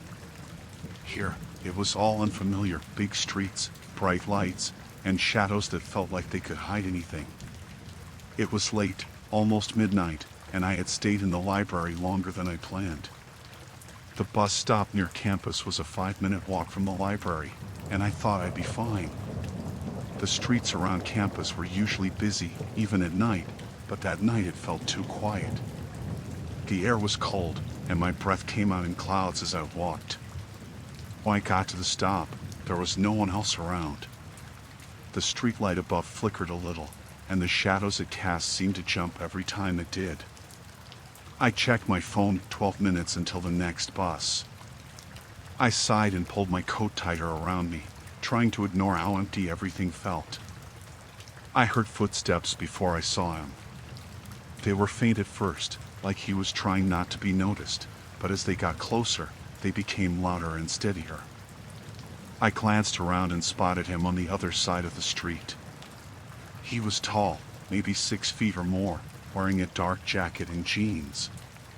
His hood was up, and I couldn't see his face clearly. He wasn't walking in a straight line. Instead, he kept pacing, moving a few steps one way, then back the other, his head turning like he was looking for something or someone. I tried not to stare. I looked down at my phone, pretending to check something, but I kept him in my peripheral vision. He crossed the street slowly, almost like he was in no hurry, and started walking toward the bus stop. My stomach tightened. I told myself he was probably just waiting for the bus too. Nothing to worry about. "Hey," he said when he got close. His voice was rough, like he hadn't spoken much that day. "You got any change?" I shook my head. "Sorry, I don't." He took another step toward me, close enough that I could smell the alcohol on his breath. "Come on, you don't have anything? Not even a couple bucks?" "I don't carry cash," I said, my voice quieter than I wanted it to be. He frowned, his eyes narrowing as he looked me up and down. "What about your phone?" "That's worth something." My chest tightened. I stepped back, glancing down the street, hoping to see the bus coming. It wasn't. "I need my phone," I said, trying to sound firm, but my voice wavered. He stepped closer, closing the distance I just put between us. "What about your bag? You got something in there, right? Don't lie to me." I held onto my backpack tightly, my heart pounding in my ears. "It's just books," I said. He laughed, but there was no humor in it. It was sharp and cold. "Books, huh? Let me see." I took another step back, but there was nowhere to go. The bus stop was right behind me. My hands were shaking, and I could feel my legs getting weaker. I wanted to run, but he was blocking the way. He noticed me looking past him and stepped to the side, cutting off any chance I had to slip around him. "Don't make this hard," he said. His voice was lower now, almost a growl. "I'm not asking for much." "I don't have anything," I said again, but my voice cracked. My eyes darted around, looking for anyone who might be nearby, anyone who could help. The street was empty.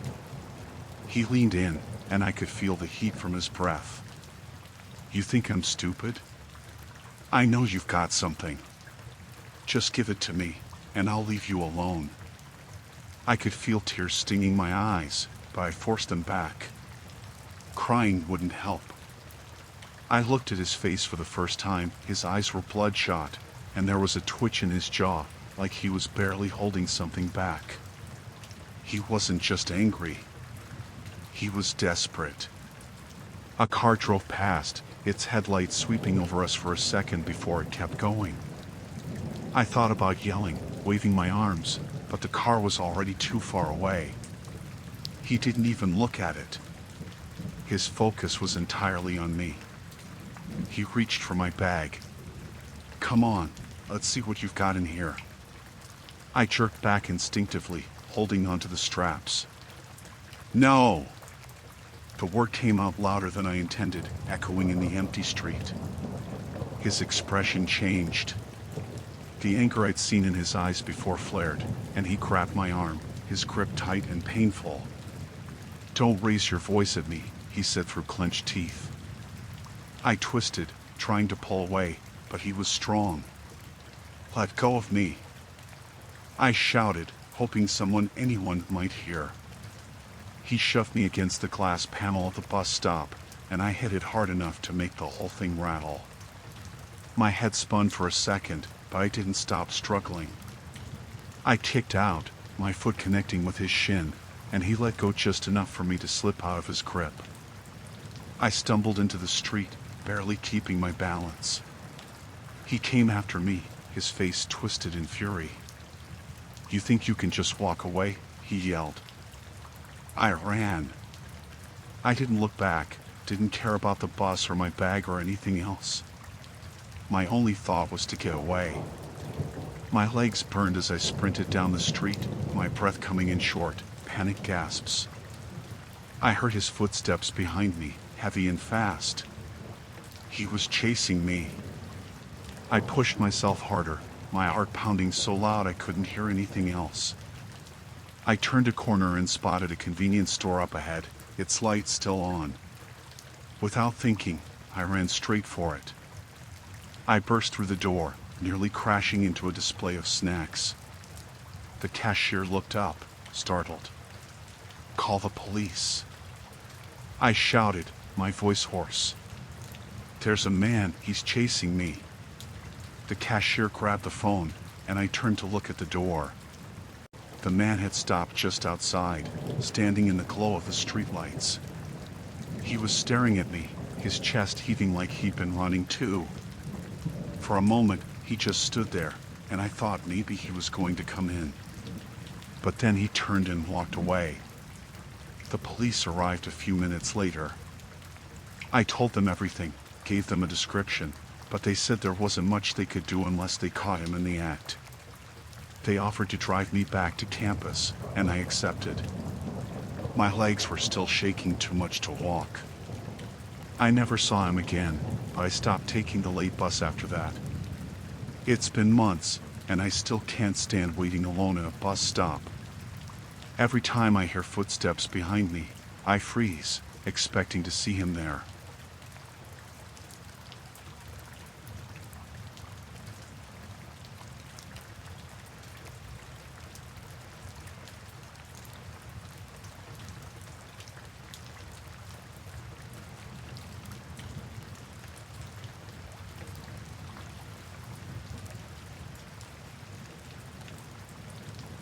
I like to hike alone. It's the only time I can clear my head, and I always felt safe doing it. The trail I usually took wasn't far from my house, and it wasn't well known, which made it perfect. I had been up and down that path dozens of times, so I thought I knew it well enough to handle anything. I was wrong. It was late in the afternoon when I set out. The sun was low, but I figured I had enough time to get in a good walk before dark. The air was crisp, the kind of cold that felt sharp in your lungs. I had my small pack with me, just water, a snack, and my phone. Nothing unusual. About an hour in, I noticed something lying off the side of the trail. It wasn't obvious at first because of the way the trees and underbrush thickened in that spot. I don't know why I stopped to look. Maybe it was curiosity or just something to break the monotony. When I stepped off the path and got closer, I saw it was a backpack, a dark blue one with the zipper half open. Stuff was scattered around it, like it had been dropped in a hurry. A jacket was crumpled next to it, and a phone was lying face down on the ground. There were some granola bars, a flashlight, and a small notebook, all partially covered in dirt and leaves. It didn't look like it had been there long. The phone screen lit up as I picked it up, showing several missed calls and a string of texts. Most were from the same contact, Mom. The texts said things like, "Where are you?" and "Please call me." My stomach sank. It didn't feel right. The backpack, the scattered stuff, it looked like someone had been here recently, but where were they? I called out, not too loudly at first. "Hello? Is someone here?" No answer. I looked around, but the woods were still. Just the wind in the branches, nothing else. I tried to shake off the unease and told myself I'd take the bag to the ranger station on my way back. Maybe someone got turned around and would be looking for it. Still, something about the whole thing made my skin crawl. I bent down to gather the items back into the bag when I heard it. A rustling sound, faint but close. My heart skipped. I straightened up quickly, clutching the bag strap in one hand. The noise came again, this time louder. Leaves crunching underfoot. Then a man stepped out from between the trees. He wasn't very tall, but he had a solid build. He wore a dark hoodie and jeans, and his face was partly shadowed by the low light. His hands were shoved into his pockets, and he was breathing hard, like he'd been running or climbing. He saw the bag in my hand and stopped a few feet away. "That's mine," he said, pointing at it. I didn't move. "Oh," I said, feeling a strange twist in my stomach. "I found it over here." It looked like someone had dropped it. He nodded but didn't step closer. "Yeah, I was looking for it." "Thanks." Something about his tone felt off. Too flat, too controlled, like he was trying too hard to sound normal. His eyes didn't quite meet mine, instead darting to the bag and then back to the trees behind me. I hesitated. "You dropped this?" I asked, trying to sound casual. "Yeah," he said again, quickly. "I was hiking, and it must have fallen off." I didn't realize until I got farther up the trail. His story didn't make sense. The way the items were spread out, the phone lying separate, it didn't look like something that just fell off. But I didn't want to accuse him outright. My heart was racing, and my grip on the bag tightened. Are you okay? I asked, taking a small step back. You look like you've been running. I'm fine, he said sharply. Then he forced a smile, but it didn't reach his eyes. Thanks for finding it. Can I have it now? I glanced at the bag, then at him. His hands were still in his pockets, and the way he stood there, not coming closer, made me feel trapped. My instinct screamed at me to drop the bag and walk away, but I couldn't. Something wasn't right. Are you sure this is yours? I asked carefully. There's a phone inside. It has some messages. I said it's mine, he snapped, stepping closer. His sudden movement made me flinch. Give it to me. That was when I realized how isolated I was. The trail was empty, and the sun was dipping lower, the light fading fast. My phone was in my pocket, but the idea of pulling it out to call someone felt impossible. He was too close now, and his whole demeanor had shifted. The forced politeness was gone, replaced by something tense and unpredictable. I was going to take it to the ranger station, I said, my voice unsteady. If it's yours, you can get it from there. He cut me off. I don't have time for that, he said, his tone sharp. Just hand it over. I took another step back, but he moved forward, matching me. My mind raced, trying to figure out what to do. The bag suddenly felt like a tether, something keeping me stuck in that moment with him. I dropped it, letting it hit the ground between us. Take it, I said, my voice shaking. For a second, he didn't move. He stared at me, his eyes narrowing like he was trying to figure me out. Then he crouched down to pick up the bag, keeping his eyes on me the whole time. When he stood up, he slung it over his shoulder and smiled again, but it was wrong, too wide and too forced. Thanks, he said. Sorry if I scared you. I didn't respond. My legs felt like they were made of stone, but as soon as he turned and started walking back toward the trees, I forced myself to move. I stepped back onto the trail and started walking quickly, my heart hammering in my chest. I thought he was gone, but then I heard it. Footsteps. Not fast, but steady, matching my pace. I didn't dare look back. I picked up speed, practically jogging now, and the footsteps followed, growing louder. I broke into a run, my breath coming in gasps. The trail twisted and turned, the trees blurring around me. I didn't know where he was or how close, but I didn't stop. I couldn't. Finally, I saw the trailhead up ahead, the parking lot just beyond it. My car was the only one there, a small silver hatchback. I fumbled with my keys as I ran, my hands shaking so badly I almost dropped them. When I reached the car, I threw myself inside and locked the doors. My chest heaved as I looked back at the trail, expecting to see him burst out at any moment. But no one came. The woods were still again, the only sound my own ragged breathing. I didn't wait. I started the car and sped out of the lot, not caring if I was going too fast. My hands gripped the wheel tightly as I drove home, every shadow on the road making me jump. I reported it to the park rangers the next day, telling them about the bag and the man. They said they'd look into it, but I never heard anything more. I don't know who he was or what he wanted, but I haven't hiked alone since.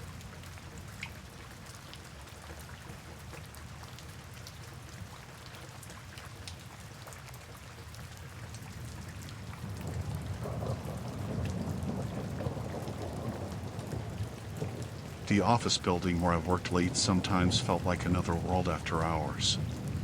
Most of the other employees would leave by 6 or 7, and the place turned into a maze of silent cubicles and flickering security lights.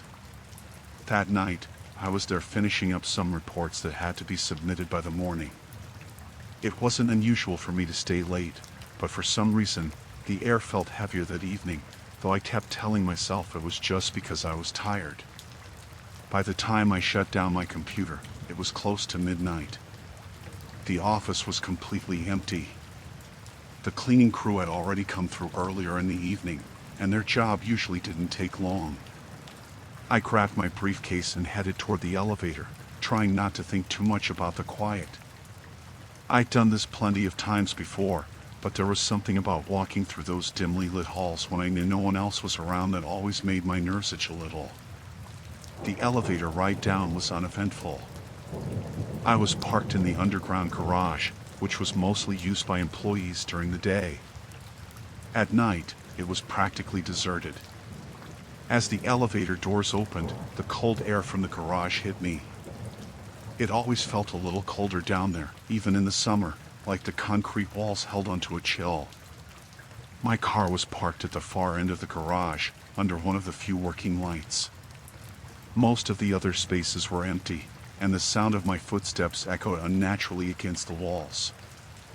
I'd gotten used to that sound on late nights like this, but it still made the place feel even more lifeless. I was about halfway to my car when I heard another set of footsteps.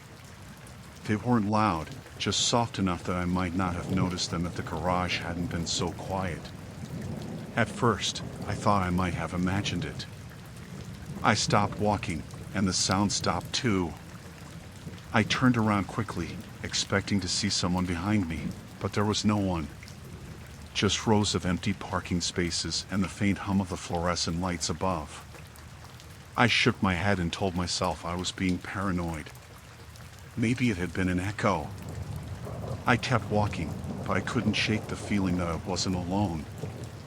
My ears strained for any sound, but all I could hear was the tap of my shoes against the concrete. I didn't want to turn around again. Something about doing that felt like an admission that I was scared, like I might see something I didn't want to. Then I heard it again, the same soft, deliberate steps. They were closer now, just a little behind me. My heart started to pound in my chest, and I forced myself to glance back over my shoulder. At first, I didn't see anything. But as my eyes adjusted to the dim light, I caught a glimpse of movement, a figure ducking behind one of the columns a few rows back. I froze. The figure was too far away for me to make out any details, but it was definitely a person. They were staying low, just out of the light, watching me. I clenched the strap of my briefcase and tried to act normal, like I hadn't seen them. My mind raced. Was it a security guard? A coworker who had stayed late and didn't realize I was still here? But then why would they be hiding? I forced myself to keep walking, this time quicker. My car was just ahead, and I felt like if I could reach it, I'd be safe. I kept my eyes forward, but every nerve in my body was screaming that the person was moving too. I could almost feel their eyes on my back. As I reached my car, I fumbled with my keys, my hands shaking. The sound of the footsteps stopped again, but I didn't dare look back. I unlocked the driver's side door and yanked it open, practically throwing myself inside.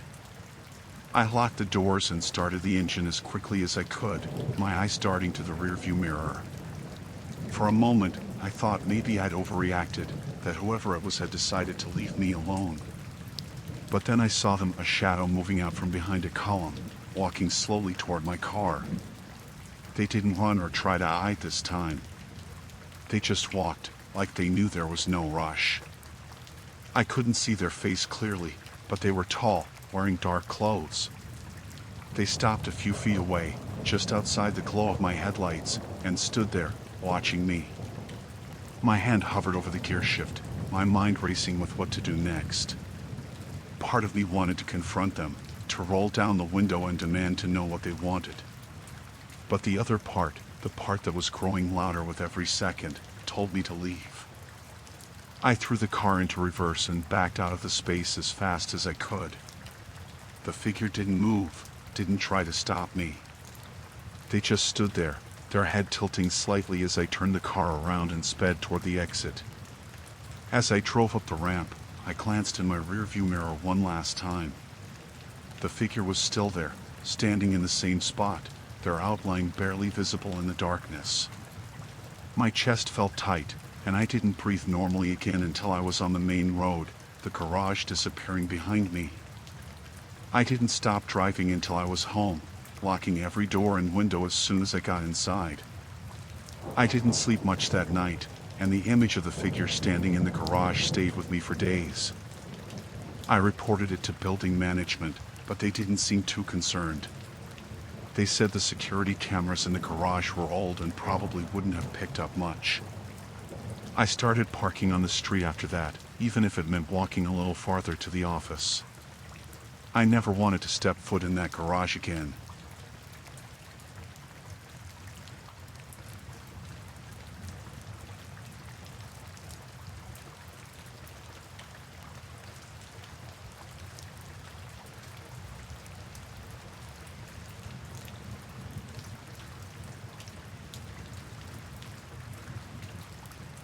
I had been driving all day, trying to make good time on a solo road trip across a few states. By the time the sun went down, I was exhausted and knew I needed to find somewhere to sleep. I didn't have anything fancy in mind, just a place to rest for the night. I spotted a small, rundown motel on the side of the highway.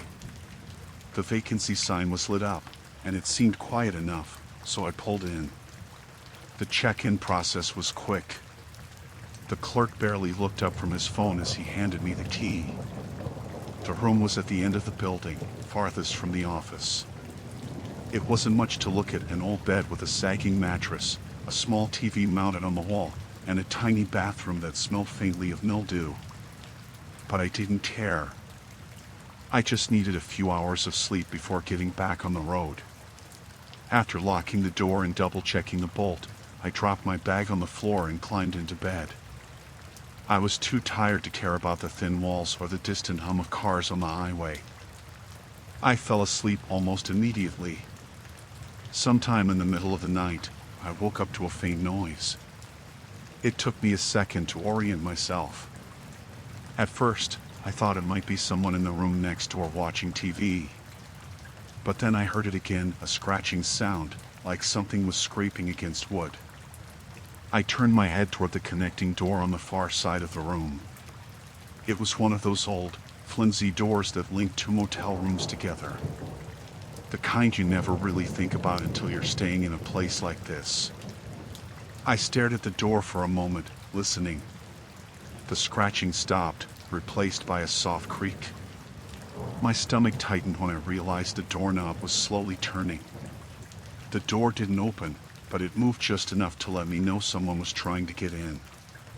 I sat up in bed, my heart pounding. "Hello?" I called out, my voice shaking.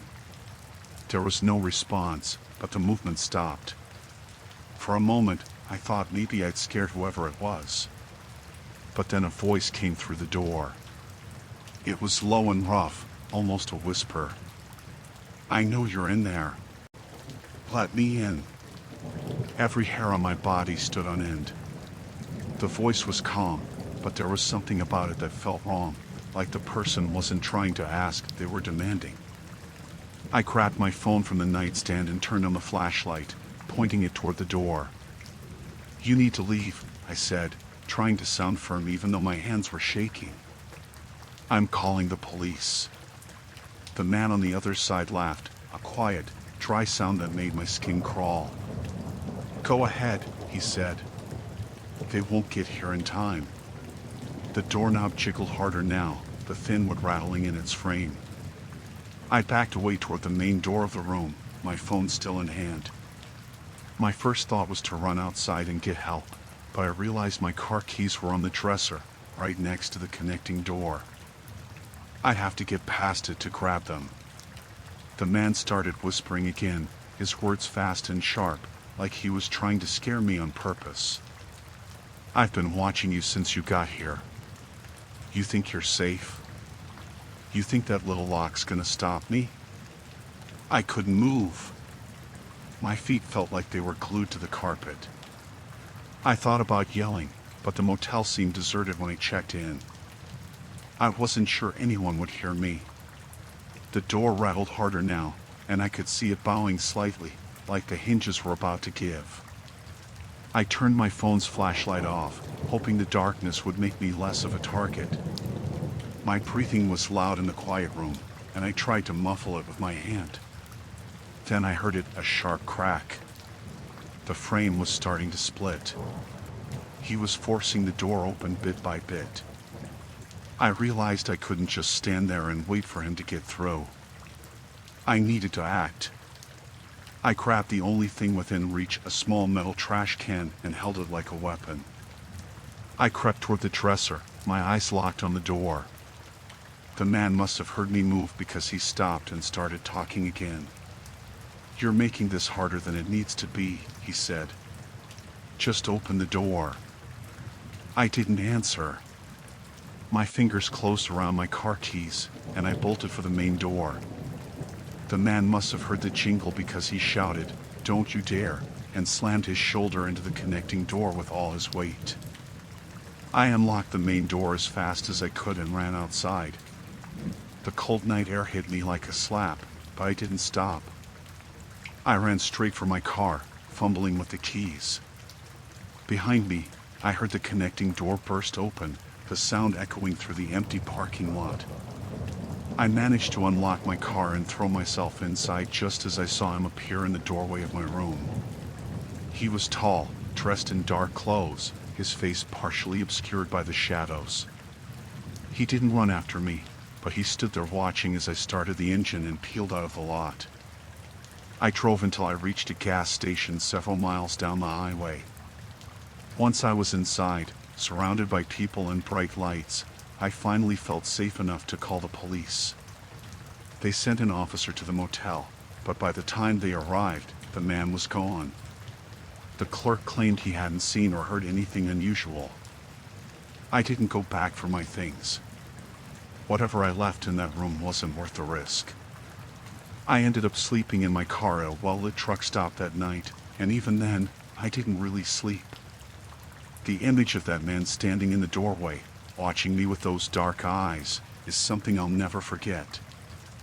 I still think about what would have happened if I hadn't woken up in time.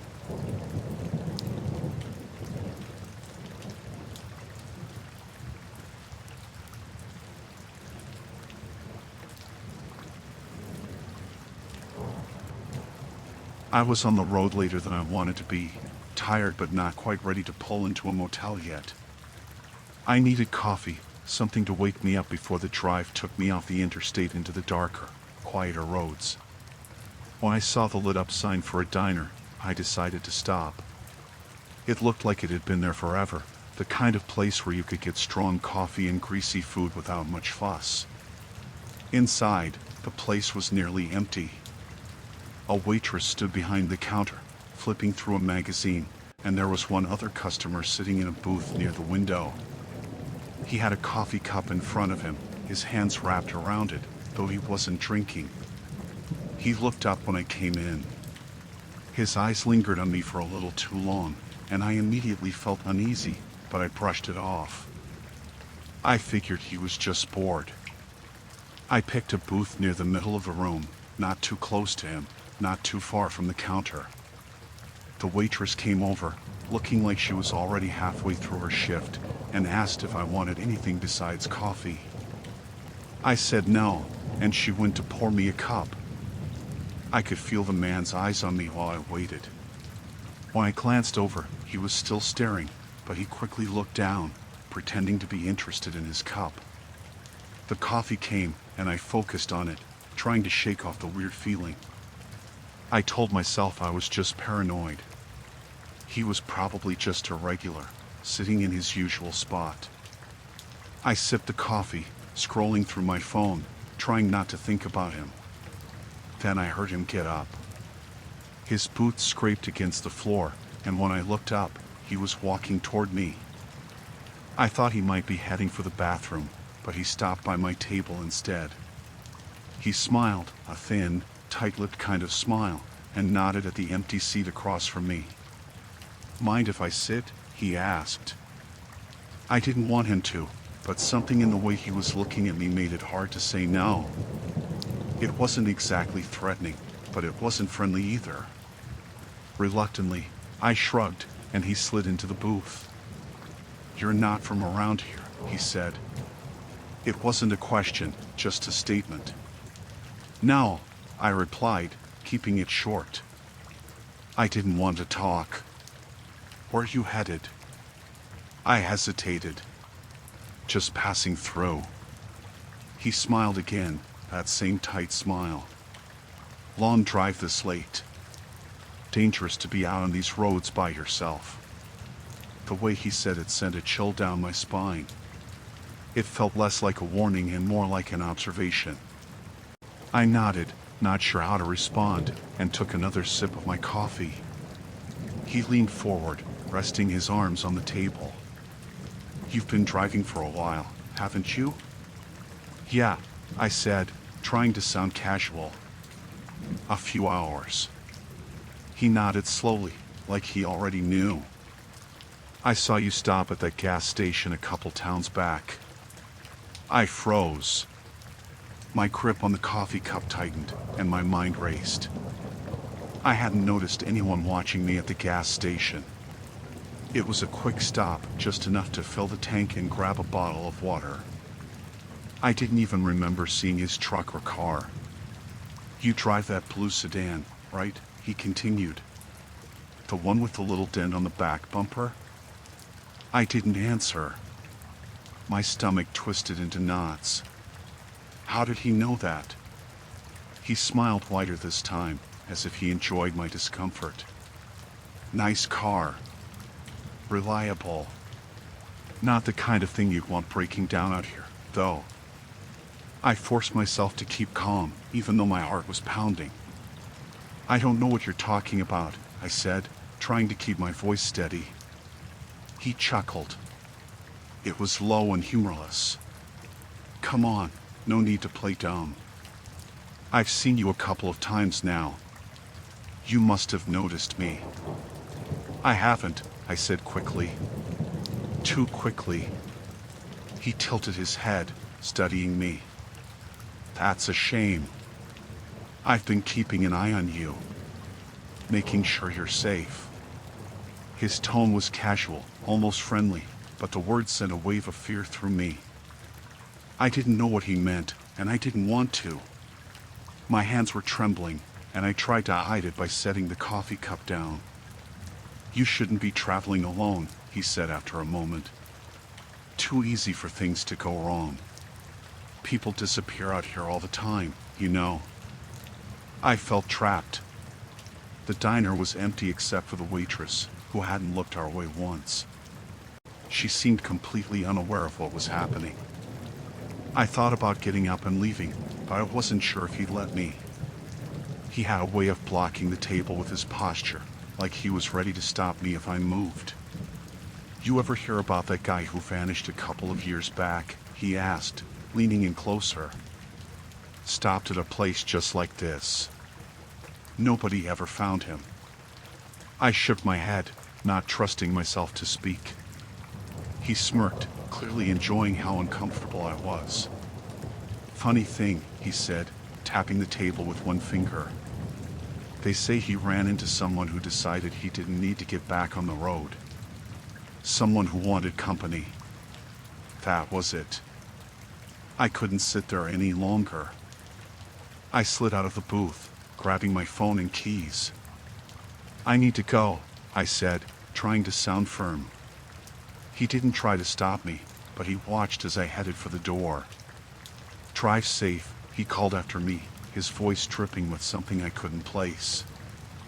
I practically ran to my car, my eyes darting around the empty parking lot. I half expected him to follow me, but when I looked back, he was still sitting in the booth, watching me through the diner's window. I didn't waste any time. I got in, locked the doors, and started the engine.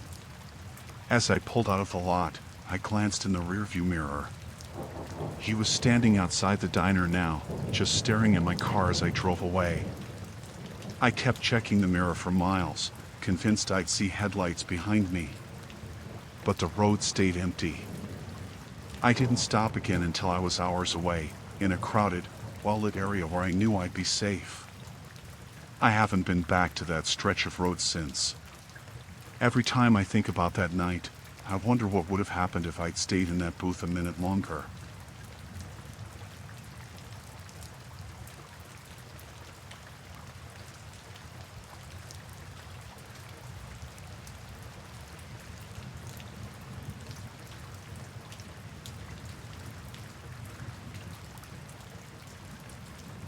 I used to take the late train all the time. I worked late shifts at a bookstore downtown, and by the time I locked up and made it to the station, the last train was usually all I could catch. It wasn't the most comfortable ride, but it was reliable, and I thought it was safe enough. I never really thought much about who else might be on it. That night started like any other. I got to the platform a little earlier than usual and found it almost completely empty. There were a few people further down, but no one near me.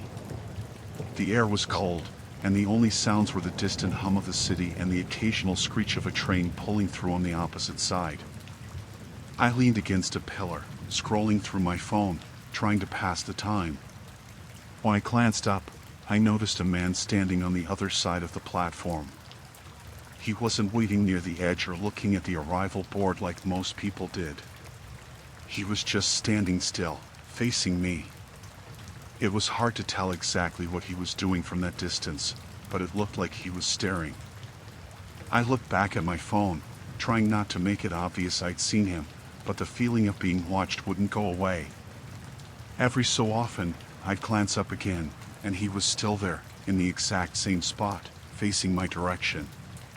He wasn't scrolling on his phone or pacing like someone impatient. He was just there, watching. The train finally pulled into the station, and I felt relieved. I kept my head down as the doors opened, stepping into the closest car.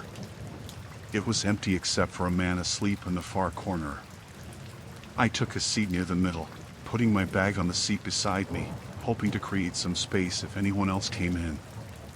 The door stayed open longer than usual. I tried to ignore the nagging feeling that something was off, but just as the announcement came on, I saw him again. The man from the other side of the platform. He stepped into the car, walking slowly, like he wasn't in a hurry. There were plenty of empty seats, but he didn't sit down. Instead, he stood near the door, holding onto the railing, his eyes fixed on me. I looked out the window, pretending not to notice him. I told myself it was just a coincidence. He could have been on his way home, just like me. But I couldn't shake the feeling that he wasn't. Something about the way he was standing, the way he kept his attention on me, made my skin crawl. When the train started moving, I decided I wouldn't stay in that car. At the next stop, I picked up my bag and walked to the door. I stepped onto the platform, waiting until the last second before stepping into the next car. I found an empty seat there and sat down, trying to calm my nerves. I thought I'd lost him. The doors closed, and the train moved again. I felt a little better, but then I heard the door between the cars sliding open. My stomach sank. I looked up and saw him walking through. He didn't even hesitate, like he'd known exactly where I was. He didn't sit down this time either. He stood near the door again, holding onto the pole, his gaze locked on me. He was closer now, and I could see his face better. He had dark eyes, and his expression was blank, almost too calm. I didn't know what to do. My heart was pounding, and my mind was racing with worst-case scenarios. I thought about getting off at the next station, but what if he followed me? The platforms were empty this late, and I didn't want to be alone with him in the open. The train slowed down again, pulling into the next stop. I waited, clutching my bag, hoping he'd leave. The doors opened, and a couple got on, laughing and talking. I almost felt relieved to see them, but then I noticed him moving. He didn't get off the train. Instead, he started walking toward me. I stood up quickly, stepping into the aisle.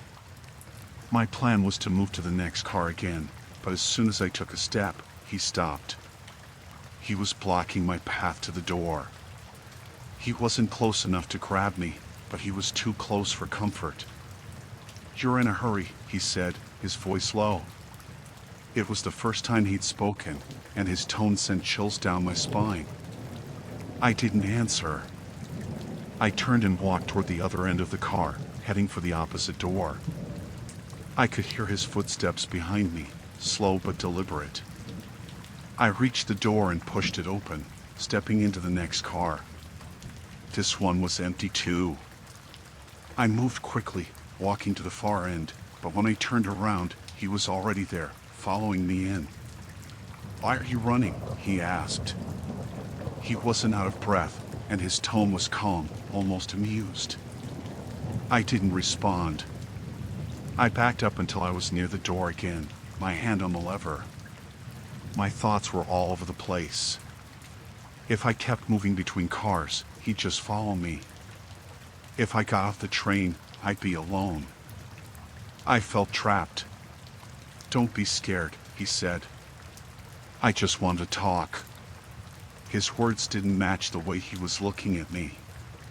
There was no friendliness in his expression, just a cold focus that made me feel like I was cornered. The train slowed again, pulling into another station. This time, I didn't wait. As soon as the doors opened, I bolted. I ran onto the platform, my bag bouncing against my side. I heard him behind me, his footsteps quick and heavy. I didn't stop to look back. I ran up the stairs to the main level of the station. It was empty except for a lone ticket booth clerk, who looked startled as I sprinted past. I ran out onto the street, my lungs burning, my legs shaking. When I finally stopped, I was in a well-lit area near a row of shops. There were people around, a few cars passing by. I turned to see if he followed me, but he wasn't there. I didn't know if he'd given up or if he was still in the station, waiting for the next train. I called a friend to pick me up. I didn't want to get back on the train, and I didn't want to walk home alone. When they arrived, I climbed into their car, still shaking. I didn't tell them everything right away, just that someone had been following me. I don't take the late train anymore. I started leaving work earlier, even if it meant losing a bit of pay. I still think about that night sometimes, about the way he looked at me, like he already knew what was going to happen. I don't know what he wanted, but I'm glad I didn't stick around to find out.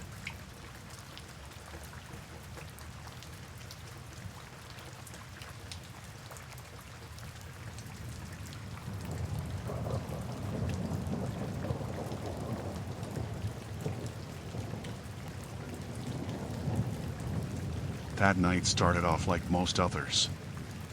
I'd spent the day out in the fields, checking on the crops and making sure everything was in order for the next morning. By the time the sun was setting, I'd finished up my last task and was heading back toward the house. The sky was painted with that mix of orange and purple, and the air had that stillness it gets just before it turns completely dark. I liked that time of day, usually. It felt calm, like everything was settling in for the night. As I walked back up the gravel path toward the house, I noticed something odd near the edge of the property.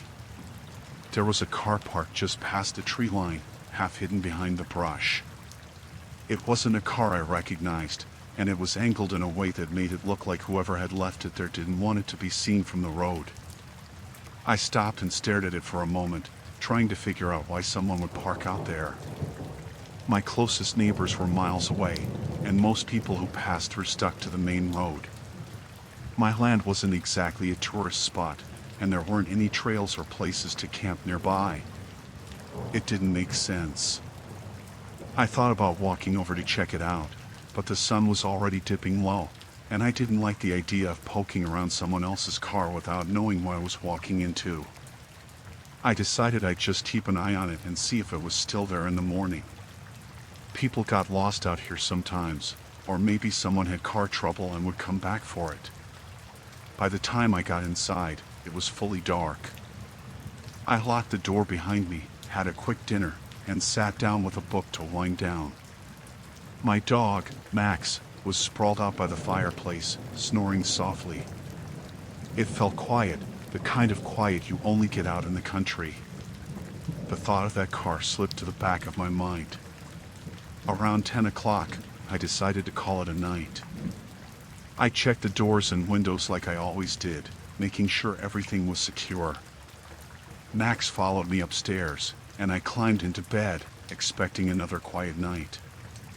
I woke up to the sound of a bang. It wasn't loud, but it was sharp enough to snap me out of sleep. I sat up, straining to hear if it would come again. Max was already awake, his ears perked up, and his body stiff. He let out a low growl, the kind that made the hair on the back of my neck stand up. At first, I thought maybe it was the wind. It had been calm earlier, but storms could roll in quick out here. I got out of bed and grabbed the flashlight from my nightstand. Max was at my side, pacing nervously as I moved toward the window. I pulled back the curtain and looked out toward the barn. The moon was bright enough that I could make out the outline of the building, and everything looked still. But then I saw movement, a shadow crossing in front of the barn door. I froze, my mind racing. Someone was out there. I tried to convince myself it might just be an animal, but I knew it wasn't. The shadow had been too tall, too upright. My hand tightened around the flashlight, and I grabbed my phone. I debated calling the sheriff right then, but something made me stop. I wanted to see what was going on first. I crept down the stairs, keeping the flashlight off for now. Max stayed close, his growl barely audible but constant. When I reached the back door, I peeked out the window.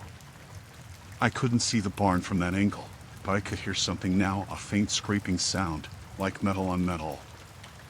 I opened the door as quietly as I could and stepped out onto the porch. The cool night air hit me, and for a moment, everything felt too still.